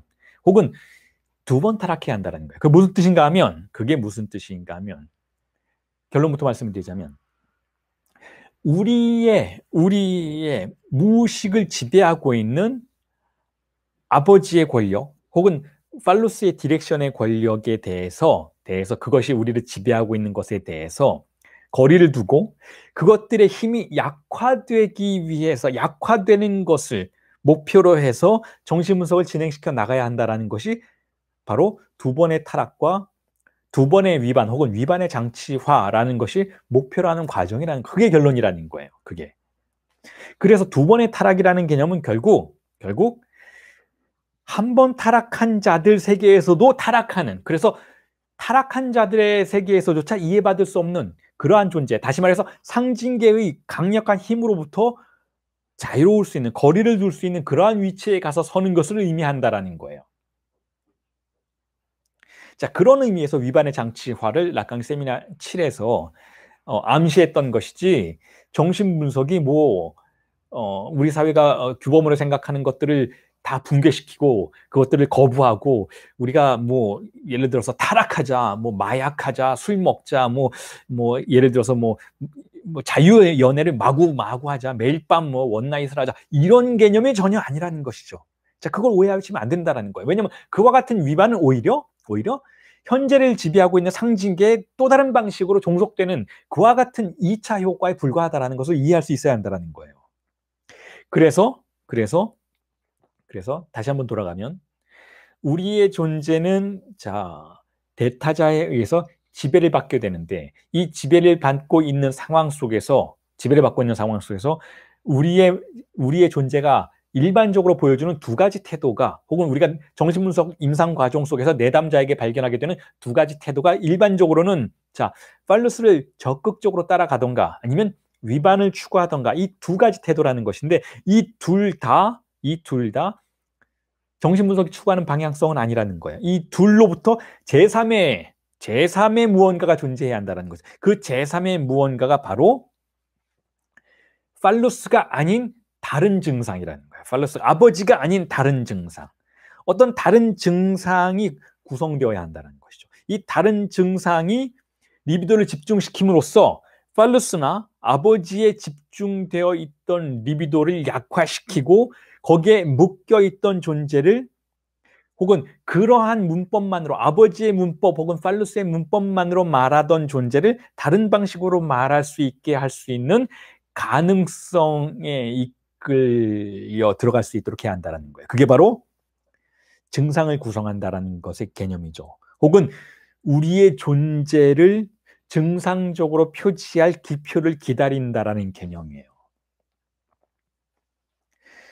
우리의 존재를 증상적으로 표지할 기표를 기다린다. 자, 그게 정신분석의 중요한 모토라는 거예요.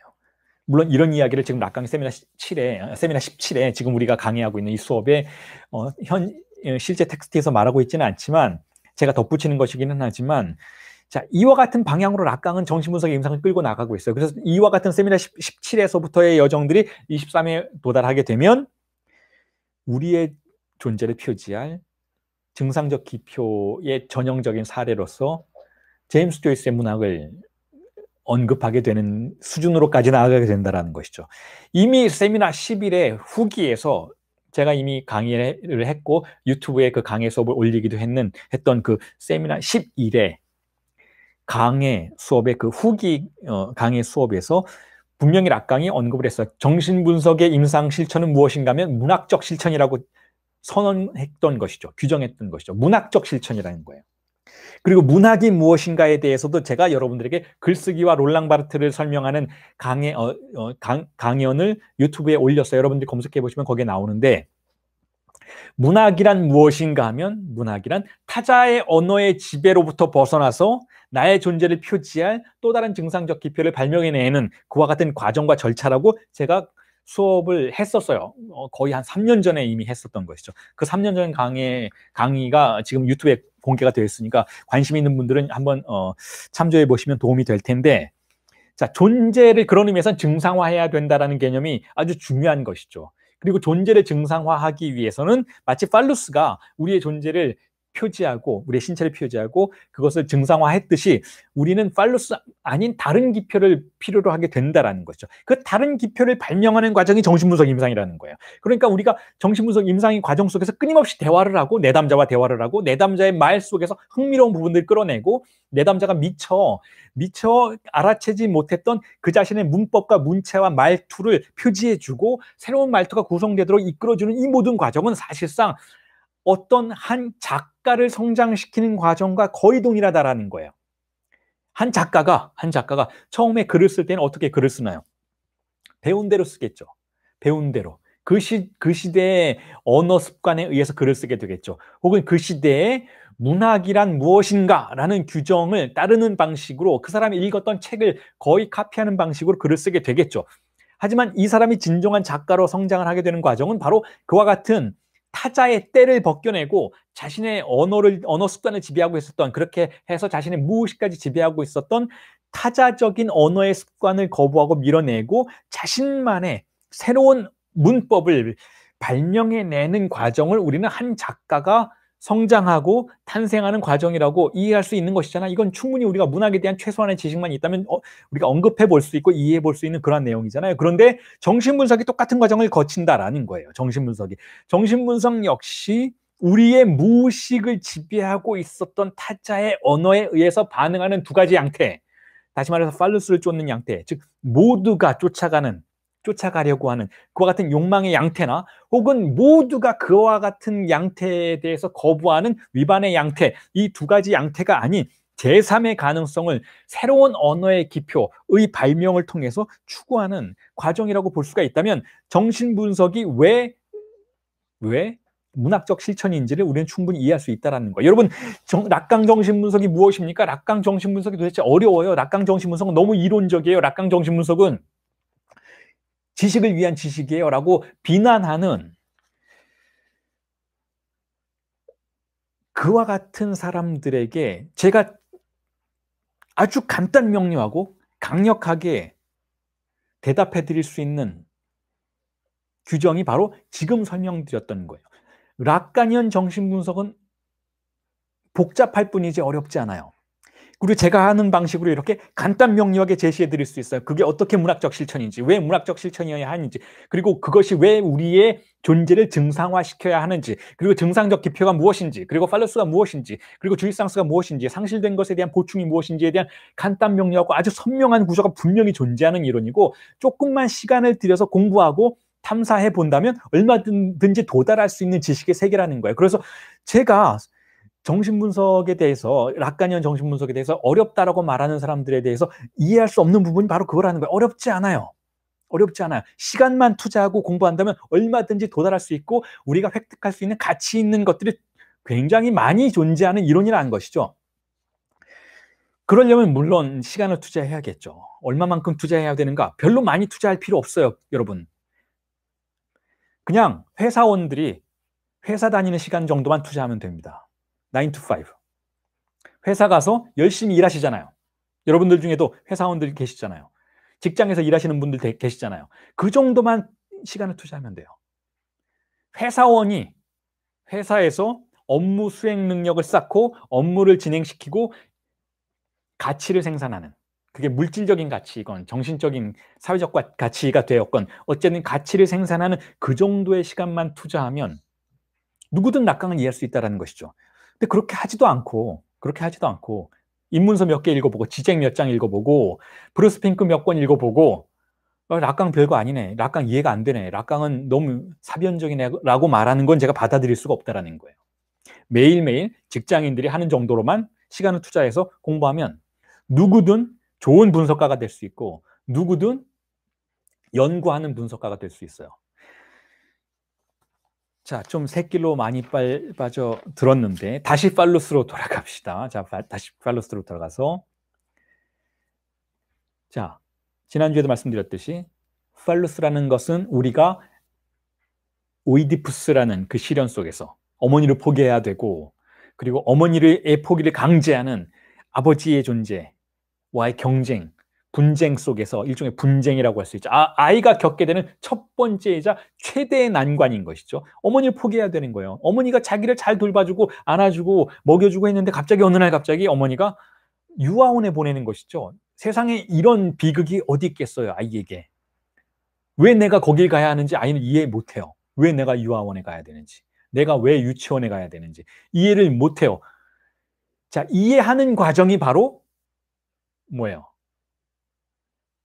오이디푸스의 컴플렉스를 극복하는 과정이라는 것이죠. 내가 왜 유아원에 가야 되는지, 내가 이 낯선 곳에 버려져서 왜 알지도 못하는 사람과 함께 밥을 먹고 누워서 낮잠 자고 알지도 못하는 선생님이라고 부르는데 그 선생님이 무슨 뜻인지도 모르겠지만 어쨌든 나에게 계속 명령을 해야 되는 그런 사람들의 말을 들어야 하는지, 내가 왜 엄마와 헤어져야 하는지를 아이가 받아들이는 과정이 바로 아버지를 받아들이는 과정이에요.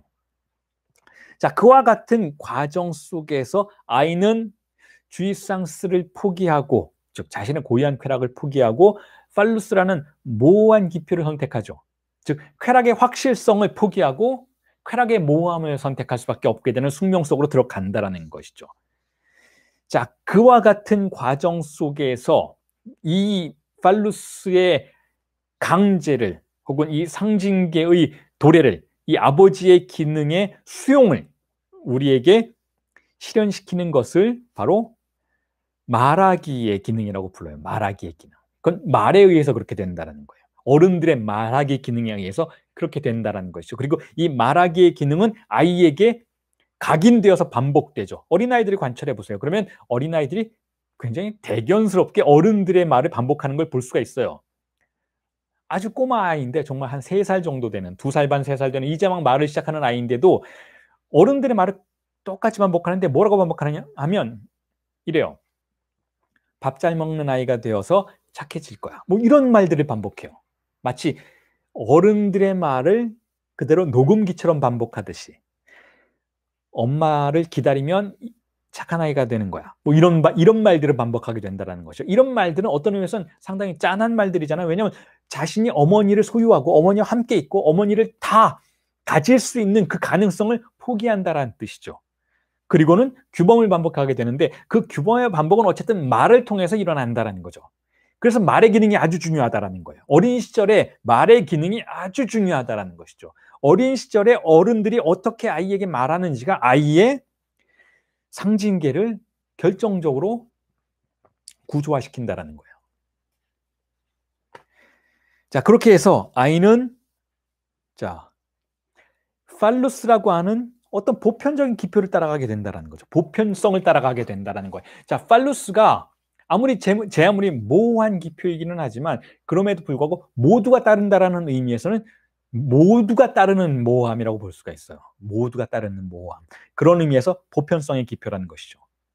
그리고 제가 여러분들에게 나누어드린 텍스트에서도 설명을 했는데, 거기에 이제 나누어드린 텍스트, 지난주에 나누어드린 텍스트를 보셨으면 좋겠는데, 거기에 제가 이와 같이 팔루스가 보편성으로 기능하기 위해서는 어떤 일이 벌어지는지에 대해서 수식으로, 논리식으로 설명을 드린 부분이 있어요. 그 논리식이 바로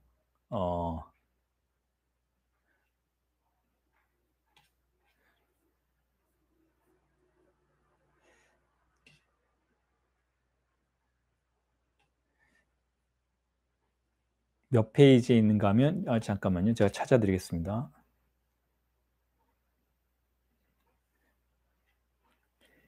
여러분들이 나누어드린 텍스트 14페이지를 보시면 됩니다. 지난주에 나누어드린 텍스트 14페이지에 있습니다.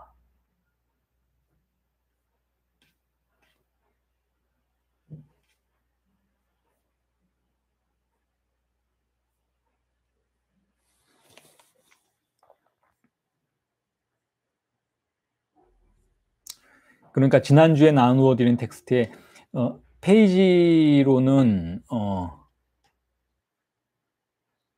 13페이지군요. 13페이지. 13페이지를 보시면 되는데, 거기에 제가 아닙니다. 13페이지가 아니고 13페이지인가요? 13페이지 맞네요. 자, 13페이지를 보시면 되는데, 자, 논리식을 사용했는데, 이게 락강이 세미나 20에서 여성적 주의상스, 여성의 주의상스, 라팜이라는 표현, 대문자 F를 써서 라팜이라는, 대문자 L을 써서 라팜이라는 그 개념의 주의상스를, 즉 상징계 너머의 주의상스에 대해서 언급하기 위해서 이 논리의 수식을 제시를 했던 것인데, 이 논리의 수식은 우선 먼저 팔루스의 보편성을 설명하는 수식이기도 하니까 그 부분에 대해서 여러분들에게 설명을 드리기 위해서 제가 텍스트에 표기를 해놨는데, 자, 이거죠. 찾으신 분들은 뭐 보이시겠지만, 자, 보십시오. 저기 텍스트에 보이시죠? 논리식이 있죠. 자, 이렇습니다. 읽어보면 이렇습니다. 자, A를 거꾸로 세우는 듯한, 이렇게 A를 거꾸로 세우는 듯한 것은 모든이란 뜻이에요. 모든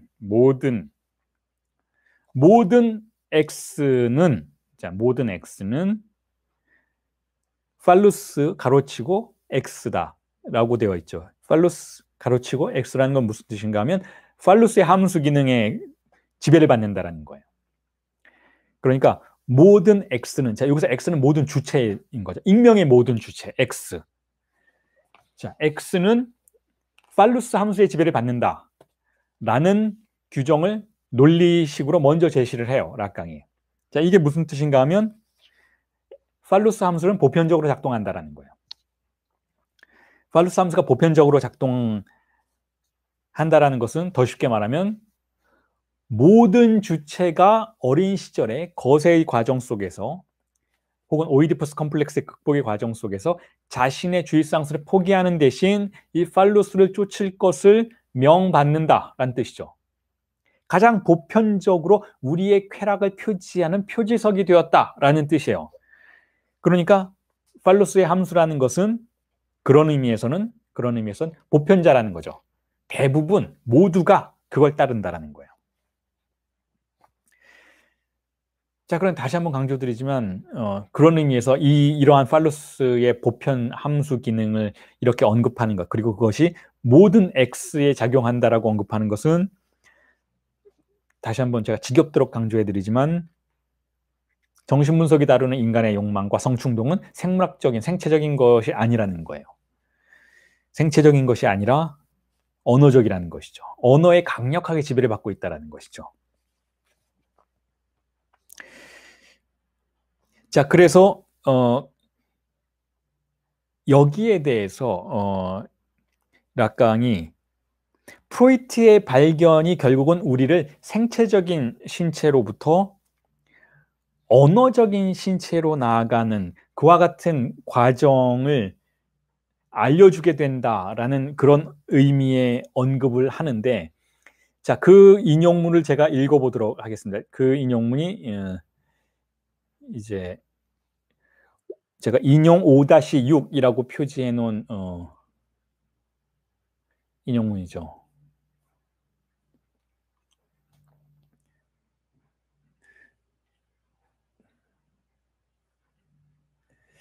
자, 읽어보겠습니다. 자, je vous en ai déjà assez dit pour que vous sachiez que la jouissance, c'est le tonneau de Danaïde, tonneau de Danaïde. Et qu'une fois qu'on y entre, on ne sait pas jusqu'où ça va. Ça commence à la chatouille et ça finit par la flamber à l'essence. Ça, c'est toujours la jouissance. 자, 이걸 번역을 하면 이렇죠. 나는 여러분들이 다음의 사실에 대해서 알도록 하기 위해서 충분히 말해 왔는데요.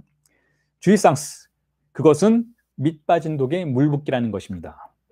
자, 밑빠진 독에 물 붓기라고 제가 번역을 했는데 토노 데 다나이드라는 표현이에요.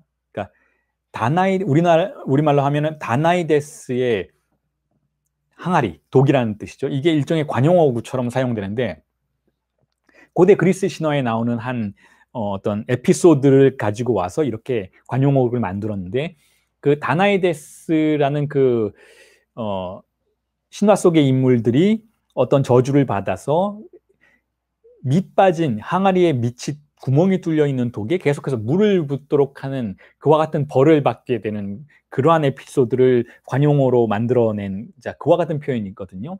자, 그러니까 그냥 저는 밑빠진 독에 물 붓기라고 언급을 했는데 그냥 이렇게 생각하시면 돼요. 아무리 부어도 끝이 없는, 아무리 해도 끝이 없는 어떤 과업과 그런 수행이라고 이해하시면 되는데, 그게 바로 밑빠진 독에 물 붓기라는 것은 주의상스가 그러하다라는 거예요. 주의상스가. 그것에 한 번 들어선 이후로는, 자, 주의상스라는 논리 안으로 우리가 들어선 이후로는 그것이 어디까지 갈 수 있는지 알 수 없지요. 라고 지금 이야기하고 있죠. 그래서 또한 이렇게 덧붙이고 있어요. 자, 그것은 간지럼에서 시작해서, 그러니까 아주 작은 자극에서부터 시작할 수 있고, 그것도 주일상스이고, 혹은 휘발유처럼 폭발하는 지점까지도 갈 수 있습니다.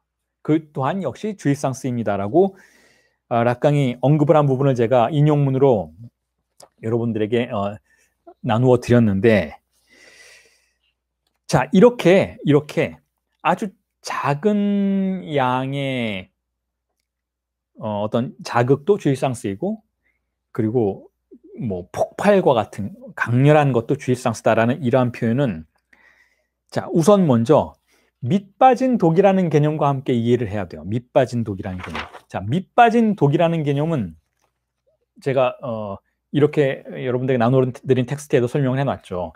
그 항아리, 독을 우리의 신체라고 가정해 보자. 그러면 주일상스가 왜 밑빠진 독인지, 혹은 우리의 쾌락에 관련해서 왜 그렇게 밑빠진 독과 같은 기능이 작용하는지를 충분히 이해할 수 있다. 자, 우리의 신체가 항아리라면 그 바닥에는, 그 항아리의 바닥엔 구멍이 있어요. 이 구멍을 어떻게 이해해 볼 수 있는가 하면 근원적 상실이라고 이해해 볼 수 있다는 거죠. 우리는 근원적 상실감을 가지고 있는 존재라는 거예요. 우리가 쾌락에 관련해서 이렇게 생각하고 있다는 거죠. 우리는 쾌락에 관련해서 아주 오래전에 근원적으로 그걸 빼앗겼어. 그걸 상실했어. 나는 그런 존재야. 라는 태도를 가지고 있다는 거예요. 우리의 무의식이 기본적으로 쾌락에 관련해서 그렇게 스스로를 간주하고 있다는 것이죠. 자, 근원적 상실은 주일상스가 상실된 것이고, 그 근원적 상실은 항아리 밑바닥의 구멍이라고 할 수도 있다면, 그 항아리 밑바닥의 구멍의 정체는 무엇인가 하면 바로 어린아이가 어머니와 누렸던 쾌락을 상실당한, 자, 그 사태라는 거예요. 그 사태에 대한 기억이라는 것이죠. 그런데 우리의 무의식은 그게 어머니였다라는 건 기억을 못하죠. 어머니였다라는 건 억압되어 있으니까 원천적으로 기억이 되질 않아요. 하지만 상실감만은 기억하고 있어요. 상실감만. 내용은 기억을 못하지만 감각은 가지고 있다는 거죠. 그게 바로 밑빠진 독의 그 구멍의 정체라는 거예요. 그렇기 때문에 우리는 거기에, 그 독에 아무리 욕망을 채워 넣어도 그것이 가득 찬다는 느낌을 받지 못한다는 것이죠. 아무리 구멍을 메우기 위해서 무언가 기표들을 무한 연쇄시켜도, 왜냐하면 우리가 쾌락을 탐닉하는 방식은 항상 기표의 연쇄를 통해서이니까, 우리가 무언가를 탐닉하는 방식은 생체적인 만족을 통해서가 아니라 기표의 연쇄를 통해서라는 거예요. 기표의 연쇄. 언어적인 방식으로라는 것이죠.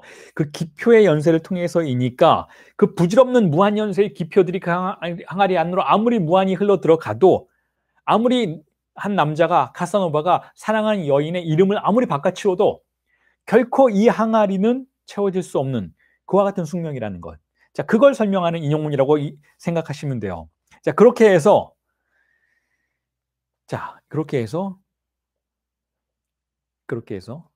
우리의 쾌락에 관련해서, 인간의 쾌락에 관련해서 우리가 맞닥뜨리게 된 숙명의 가장 첫 번째 거대한 모습이란 바로 조금 전에 말씀을 드렸던 팔루스 함수의 보편자로서의 논리식이라는 거예요. 팔루스가 모두 우리의 그와 같은, 그러니까 무한한 욕망의 디렉션을 결정한다는 것이죠. 우리 밑빠진 독에 물을 계속 부어 넣지만 아무렇게나 부어 넣지 않는다는 거죠. 하나의 방식이 있다는 거예요. 그 방식을 지배하는 함수가 바로 팔루스 함수라는 거예요.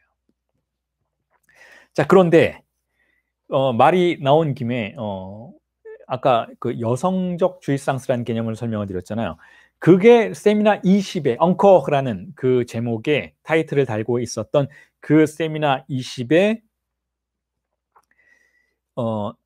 논리식의 첫 번째 유형이라면, 두 번째 논리식도 사실은 제시되고 있어요. 그게 뭐냐면 물결 표시가 있고 다시 A를 뒤집은 모양이 있고 X가 있고 그 다음에 팔루스 함수가 있는 이 논리식. 자, 그 다음 페이지에 여러분들에게 제시된 논리식이에요. 여러분들이 찾아보실 수 있는데, 이 물결 표시는 무엇인가 하면 부정이죠. 부정. 그렇지 않다라는 거예요. 그렇지 않다. 이게 두 번째 논리식이에요. 그 두 번째 논리식을 읽어드리면 이렇습니다. 모든 X가 물결, 그런 건 아니다라는 거예요. 모든 X가 그렇진 않다라는 거죠. 예외가 있다는 거예요. 모든 x가 그렇진 않다. 뭐가 그렇지 않은가 하면 팔루스 함수의 지배를 받는 건 아니다라는 거죠.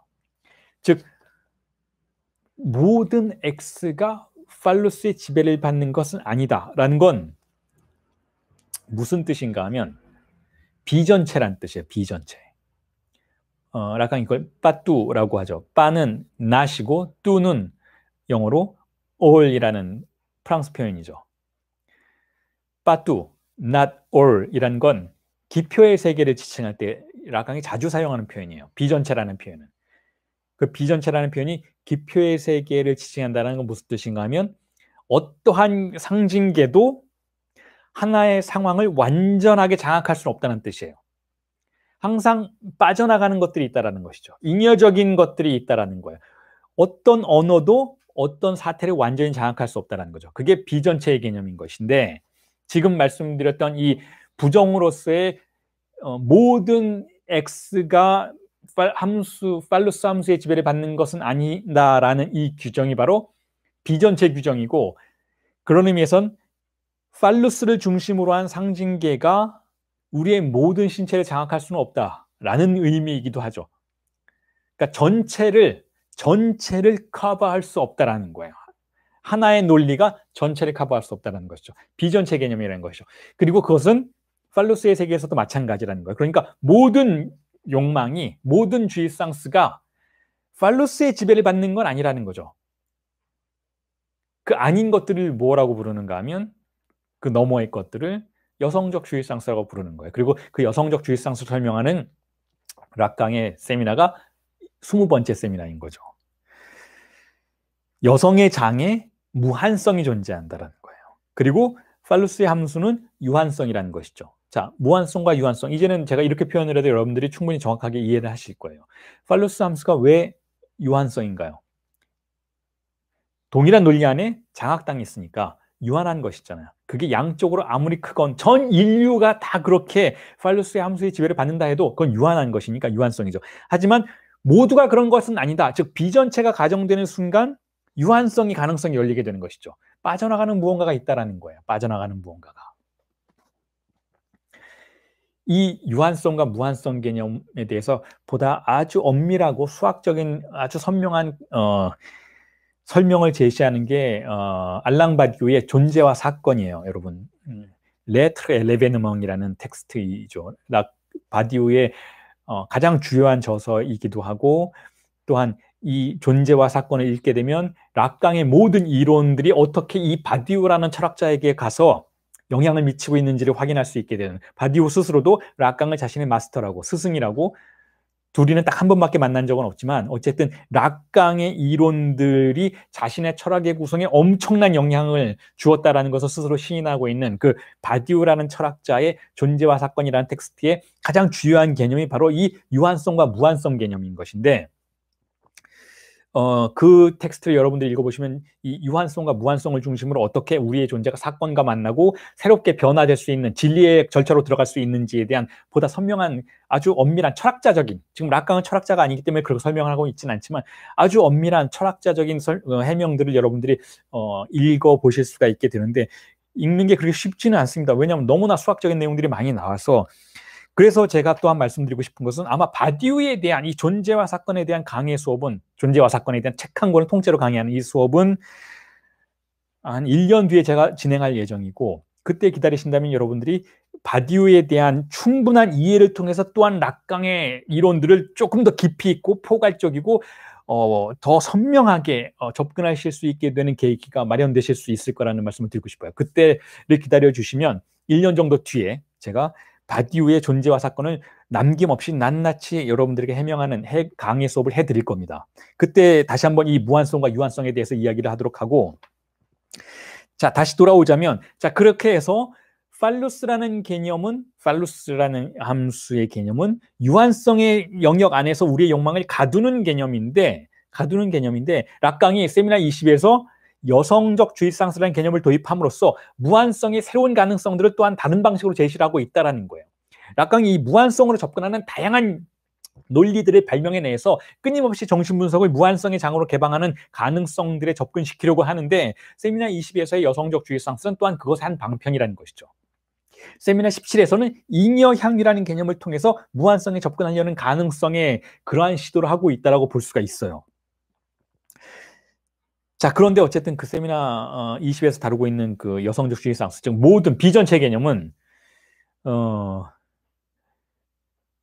우리가 세미나 22의 강의 수업을 하게 된다면 그건 불확실합니다. 세미나 23을 하게 될 건 분명하지만 세미나 20에 대해서 하게 될지는 아직으로서는 확실하긴 한데, 만약에 하게 된다면 그때 다시 언급을 드리도록 하고,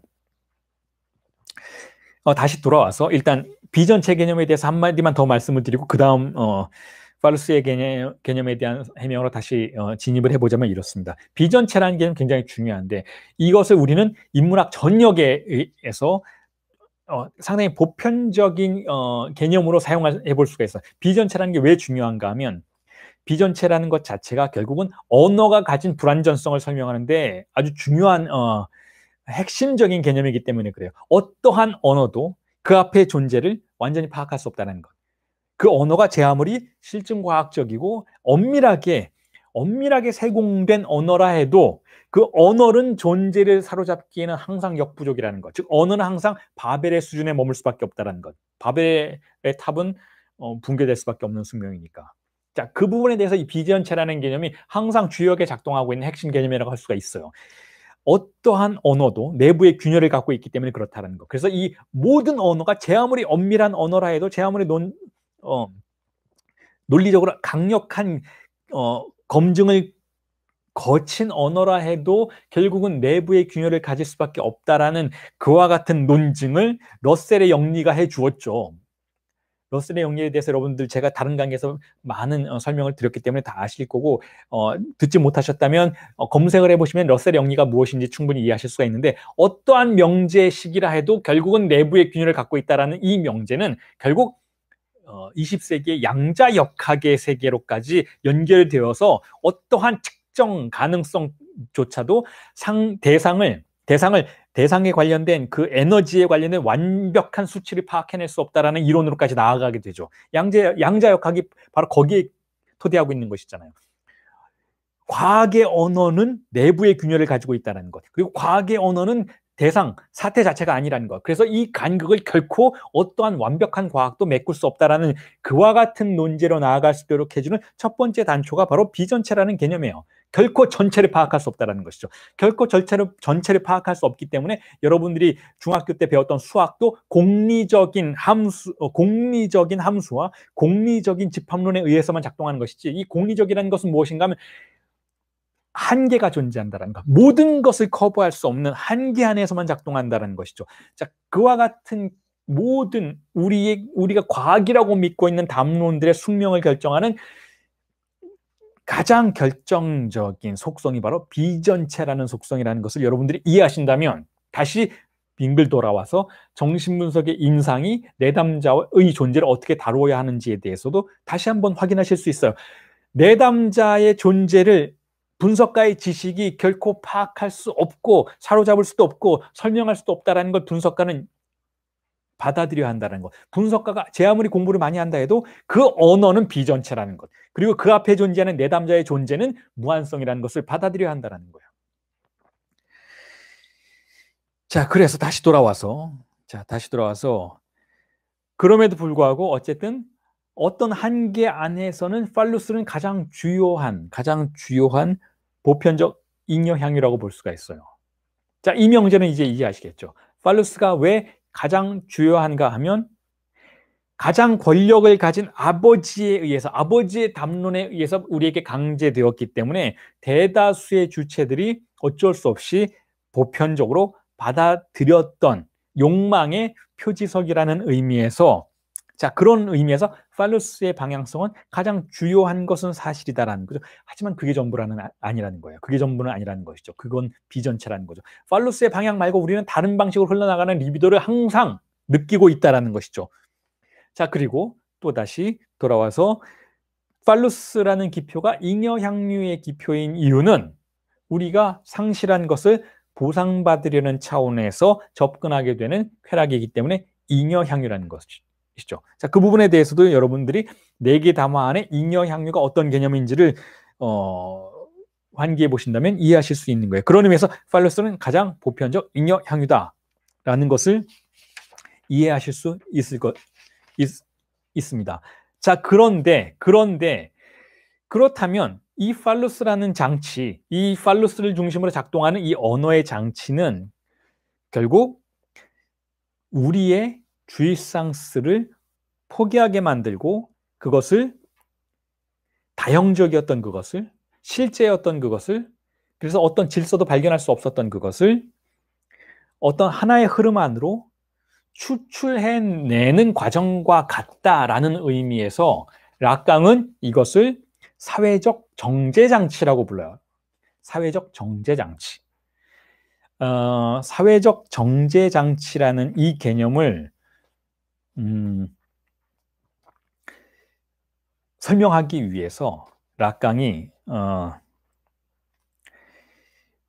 성이라는 개념을 소개하죠. 성이라는 개념을 소개한다기보단 성이라는 단어, 영어에서 섹스라고 하죠. 섹스, 성.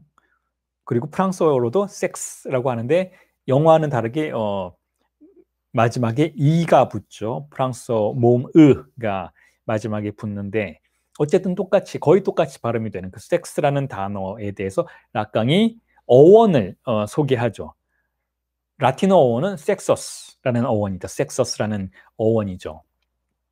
섹서스라는 단어는 헨리 밀러의 소설의 제목이기도 하죠.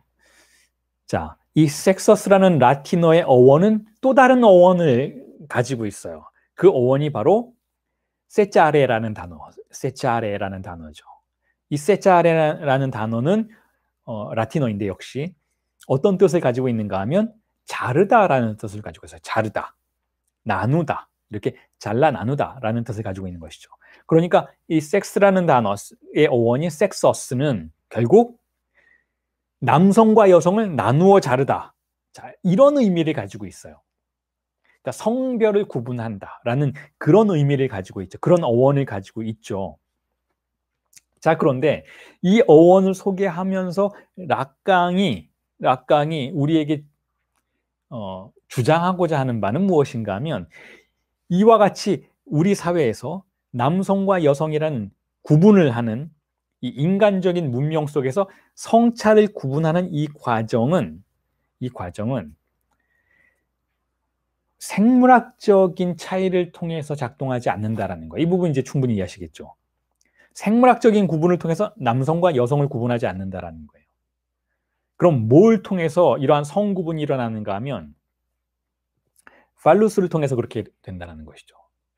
팔루스라는 제3의 남자도 아니고 여자도 아니고 권력자인 아버지가 가지고 있었을 것이다라고 가정되는 팔루스라는 그 기표를 중심으로 이것과 관련을 맺는 양태에 따라서 어떤 주체들은 남성이 되고 어떤 주체들은 여성이 된다는 거야. 심리적으로, 무의식적으로. 이 팔루스라는 기표와 관련을 맺는 양태에 따라서 예를 들면 나는 이걸 가질 수 있을 거야. 나는 A라는 방식으로 이걸 가질 수 있어 라고 생각하는 사람들은 남성적 주체로 스스로를 파악하게 되고 나는 이 팔루스를 B라는 방식으로 갖거나 그것이 될 수 있을지도 몰라 라고 생각하는 주체들은 또는 때로는 여성적 주체가 된다는 거예요. 그러니까 우리가 스스로를 남성이거나 여성으로서 느끼도록 만들 때에는 우리의 생물학적인 현실보다는 오히려 팔루스라는 기표와 나의 거리 그리고 내가 팔루스에게 다가갈 수 있는 이 길의 양태라고 가정되는 그것에 따라서 나는 나를 남성으로 파악하기도 하고 여성으로 파악하기도 한다는 거죠.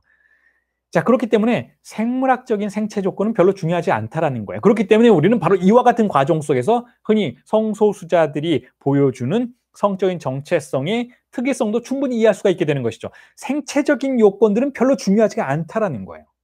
생체적인 요건들은. 오히려 이 팔루스와 자신과 맺고 있는 그 심리적인 거리가 생체적으로는 자신이 여자라 해도 이 심리적인 거리가 남성들이 취하는 거리를 가정하게 되었다면 그걸 받아들이게 된 존재라면 이 주체는 생체적으로는 여자이지만 자신을 남성으로 파악할 수 있다는 거예요. 혹은 생체적으로는 남성이지만 자신을 여성으로 파악할 수 있다는 것이죠. 그리고 그 양태들의 아주 다양한 변주들이 존재하고 다양한 스펙트럼들이 존재하기 때문에 성소수자들 세계에서도 굉장히 다양한 정체성들이 존재할 수 있게 된다는 것이죠. 그러니까 생체적으로 나를 무엇이다라고 규정하는 건 별 의미가 없다라는 거야. 인문학이 이 정도로 발전했으면 그렇죠. 우리 사회도 우리 주체들이 성적인 정체성을 규정하고 주장하는 것을 조금 더 다른 방식으로 이해하고 조금 더 다른 방식으로 수용해 줄 수 있는 가능성과 관용을 보일 수 있어야만 하는데 그런데 그렇지 않다라는 거예요. 그렇지 않죠. 그래서 많은 비극적인 일들이 일어나고 있는 것이죠. 자, 그래서 락강이 이에 대해서 뭐라고 언급을 하는지 그 인용문을 또 한번 읽어드리겠습니다. 그 인용문이 5-7의 인용문인데요. 5-7, 5-8 두 개를 연달아 읽어드리고 설명을 해드리겠습니다. 자, 이렇게 이야기하고 있어요. Il n'y a pas que le phallus dans les relations, dans les rapports sexuels. 자, 번역을 하면 이렇습니다. 관계들, 즉 성관계들 속에는 팔루스만 있을 뿐입니다. 자, 이건 락강이 말하고 있는, 항상 말해왔던 Il n'y a pas de rapport sexuel, 즉 성관계는 없다라는 명제에 덧붙여질 수 있는 또 하나의 아주 중요한 규정이죠. 그러니까 성관계는 없다는 건 남성과 여성의 관계는 없다는 거예요. 그 대신 팔루스와 남성, 팔루스와 여성, 팔루스와 주체들의 관계가 있다는 것이죠. 그걸 의미하는 거예요. 관계들, 성관계들 속에는 팔루스만 있다는 것. 그게 제가 조금 전에 말씀드렸던 바로 성적인 정체성에 관련해서 자신의 쾌락을 추구하는 방식에 관련해서 오직 팔루스와의 거리만 있을 뿐이다 라는 것의 의미예요. 그리고 이어서 라칸이 또한 뭐라고 이야기하고 있는가 하면 읽어드리면 이렇습니다. Seulement, ce qu'il a de privilégié cet organe, c'est qu'on peut en quelque sorte bien isoler sa jouissance. 자, 번역을 하면 이렇습니다. 단지 이 조직, 여기서 이 조직은 팔루스를 말하는데 이 조직이 갖는 특권이란 어떤 의미에서는 주이상스를 고립시킬 수 있다는 것에 있습니다. 자, 이 부분이 상당히 의미심장하죠. 어떤 의미에서 의미심장한가 하면 팔루스가 가진 특권이 있다는 거예요. 팔루스라는 그 추상적인 기표가 어떤 특권을 가지고 있었는가 하면 우리의 신체에서 유독 쾌락이 발생할 것이다 라고 추정되는 그 지점을 표지하고 보편적으로 그 주이상스를 고립시킬 수 있었던, 자, 그와 같은 특권을 가지고 있다는 것이죠. 그런데 이 고립시킬 수 있다, 이 이졸레라는 단어를 썼는데 영어도 같은 단어를 아이솔레이션이라는 단어를 쓰잖아요. 고립시키다. 그 고립시키다라는 것은 또한 배척시키고 배제시킨다. 다른 것으로부터 배척시키고 배제시킨다라는 의미도 있어요. 그래서 주이상스를 고립시켰다라는 것은 어떤 주이상스는 배척시켰다라는 의미도 갖게 되는 것이죠. 그러니까 제가 지금까지 설명드려 왔던 바대로 결국 팔루스는 어머니에 관련된 주이상스를 배척시키고 일부만을 고립시켰는데 그게 바로 아버지의 남근과 관련된 부분에 한정해서만 쾌락이 존재하는 것처럼 고립시켜버렸다라는 그러한 의미를 가질 수 있어요. 그리고 이것이 특권적이라는 건 무슨 뜻인가 하면, 특권적이라는 건 프리빌레지라는 표현을 쓰는데 특권적이라는 건 무슨 뜻인가 하면 바로 보편적 함수 기능이라는 거예요. 다른 많은 주이상스 고립의 가능성들도 존재할 텐데 왜 유독 아버지의 남근과 관련된 그 추상적인 대상을 표지석으로 해서 주이상스를 고립시킬 수 있었는가? 자, 그건 특권이 아닌가? 특권이 부여됐다라는 거예요, 팔루스에. 그리고 그 특권을 부여할 수 있었던 배경에는 제가 이전에 그저께인가, 그 3주 전 강의인가요? 여러분들에게 말씀드렸던 제 나름대로 설정해 보았던 팔루스라는 상징의 기원 신화에 대해서 제가 언급을 드렸었고 여러분들에게 나누어드린 텍스트에도 설명을 해놨었잖아요.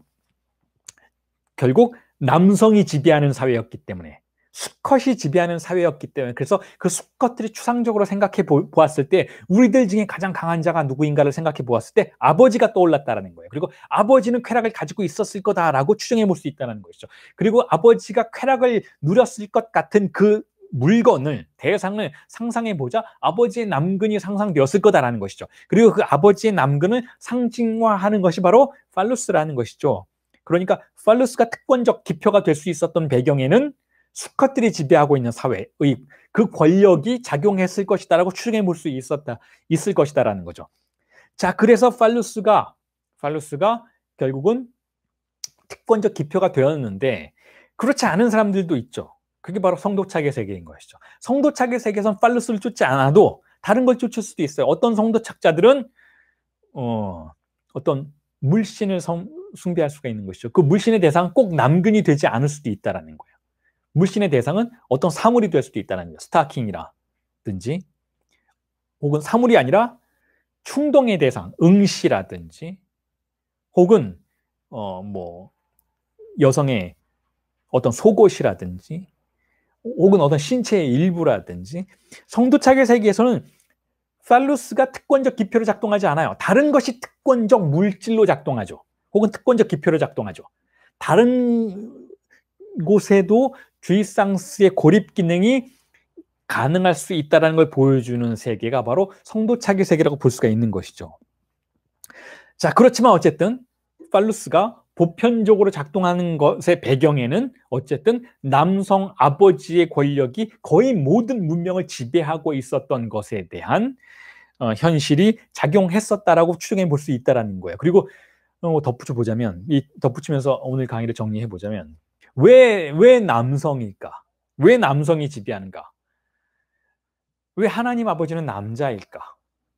라는 것의 배경에는 극단적인 우연성만이 존재한다라는 것이죠. 어떤 필연성도 존재하지 않는다라는 거예요. 남자가 세계를 지배할 만한 어떤 필연적인 이유도 존재하지 않는다라는 거예요.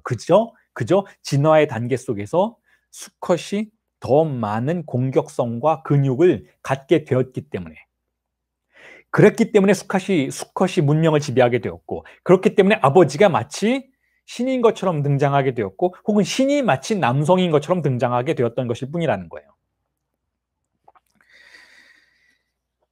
그와 같은 상황 속에서 쾌락의 궁극적인 표지가 바로 그 아버지의 팔루스, 아버지의 남근이 되었던 것에는 나름의 논리가 있다는 것이죠. 초월성은 존재하지 않지만. 그래서 제가 그것을 스코톰 기능이라고 표현을 했어요. 스코톰 기능. 스코톰이란 무언가 하면 일종의 시각장애를, 심리적 시각장애를 부르는 심리학의 용어이기도 하고 정신분석의 용어이기도 한데, 어떤 다른 건 전혀 보이지 않고 어떤 특정 대상만 보이는 것, 혹은 시각이 완전히 장애를 일으켜서 아무것도 보이지 않게 되는 기능. 자, 방어의 기제를 통해서 다른 걸 보지 못하고 어떤 허용된 특정한 것만 보게 되는 기능, 이런 것 등등을 스코톰이라고 부르는데, 스코톰 기능. 어떤 의미에서는 팔루스의 기능이 전형적인 스코톰 기능이라는 거예요. 우리가 다른 많은 쾌락을 가질 수도 있고 접근할 수도 있고 향유할 수도 있었을 텐데, 그 모든 것에 대해서는 방어의 기능이 일어나고, 즉 불투명하게 만들어버리고 아무것도 볼 수 없게 만들어버리고 팔루스의 기표만 볼 수 있도록 만드는 그러한 특권적인 기표로서의 기능이 작동할 수 있도록 만들어내는 과정이 문명 속에서, 오이디푸스의 컴플렉스의 극복의 과정 속에서 아버지의 언어의 담화의 권력에 의해서 우리에게 강제됐다라는 거죠. 그래서 그걸 스코톰의 기능과 비교해 볼 수 있다라고 제가 여러분들에게 나눠드리는 텍스트에 언급을 했습니다. 자, 오늘 강의는 그렇습니다. 이렇게 정리를 하도록 하고, 다음 주에는 라강이 다른 종류의, 특히 에고 심리학이나 자아 심리학이나 다른 종류의 심리 치료들을 비판하기 위해서 언급했던 행복의 기능을, 행복의 개념을 팔루스의 기능과 연관시켜서 설명을 해드리도록 하겠습니다. 덧붙이자면, 이 행복이라는 개념에 대해서 다음 주에 우리가 강의하게 될 행복이라는 개념에 대해서 락강이 수차례 언급을 하죠. 세미나 7에서도 이미 충분히 언급을 했었던 것인데, 락강의 명제는 굉장히 간단 명료하죠. 행복을 분석가에게 바라는데 내담자는 행복해지기 위해서 온다라는 거예요. 혹은 내담자가 분석실에 찾아오지 않는다 해도 우리가 서점에서 발견하게 되는 그 수많은 행복론들, 어떻게 하면 우리는 행복해질 수 있을까? 어떻게 하면 우리는 마음의 평온을 얻게 될 수 있을까에 관련된 수많은 그 인생 상담 서적들에서 상품화되고 있고 소비되고 있는 그 행복이라는 개념에 대해서 락강이 이렇게 얘기하죠. 분석가는 내담자에게 그걸 줄 수 없다라는 거예요. 왜냐하면 락강의 관점에서는 왜냐하면 행복이란 존재하지 않으니까. 행복이란 허구라는 것이죠. 심지어는 허구일 뿐만 아니라 생산된 허구라는 거예요. 누구에 의해서 생산됐는가 하면 락강이 말하기로는 지금 분석가들에 의해서 만들어졌다는 거예요. 심리치료자들에 의해서 가공됐다라는 거죠. 상품화시키기 위해서. 이 장소에 찾아오면 당신들에게 이걸 줄 수 있으니까 나한테 돈을 내고 분석을 받으세요. 상담을 받으세요. 내가 행복을 드릴게요. 라고 행복 장사를 하기 시작하는 것이 20세기 중반에 심리치료의 모순이라는 것을 비판하는 그러한 내용들이 다음 주에 강의 수업에서 여러분들에게 소개될 예정입니다. 자, 오늘 수업은 이 정도로 마치겠습니다. 수고하셨습니다.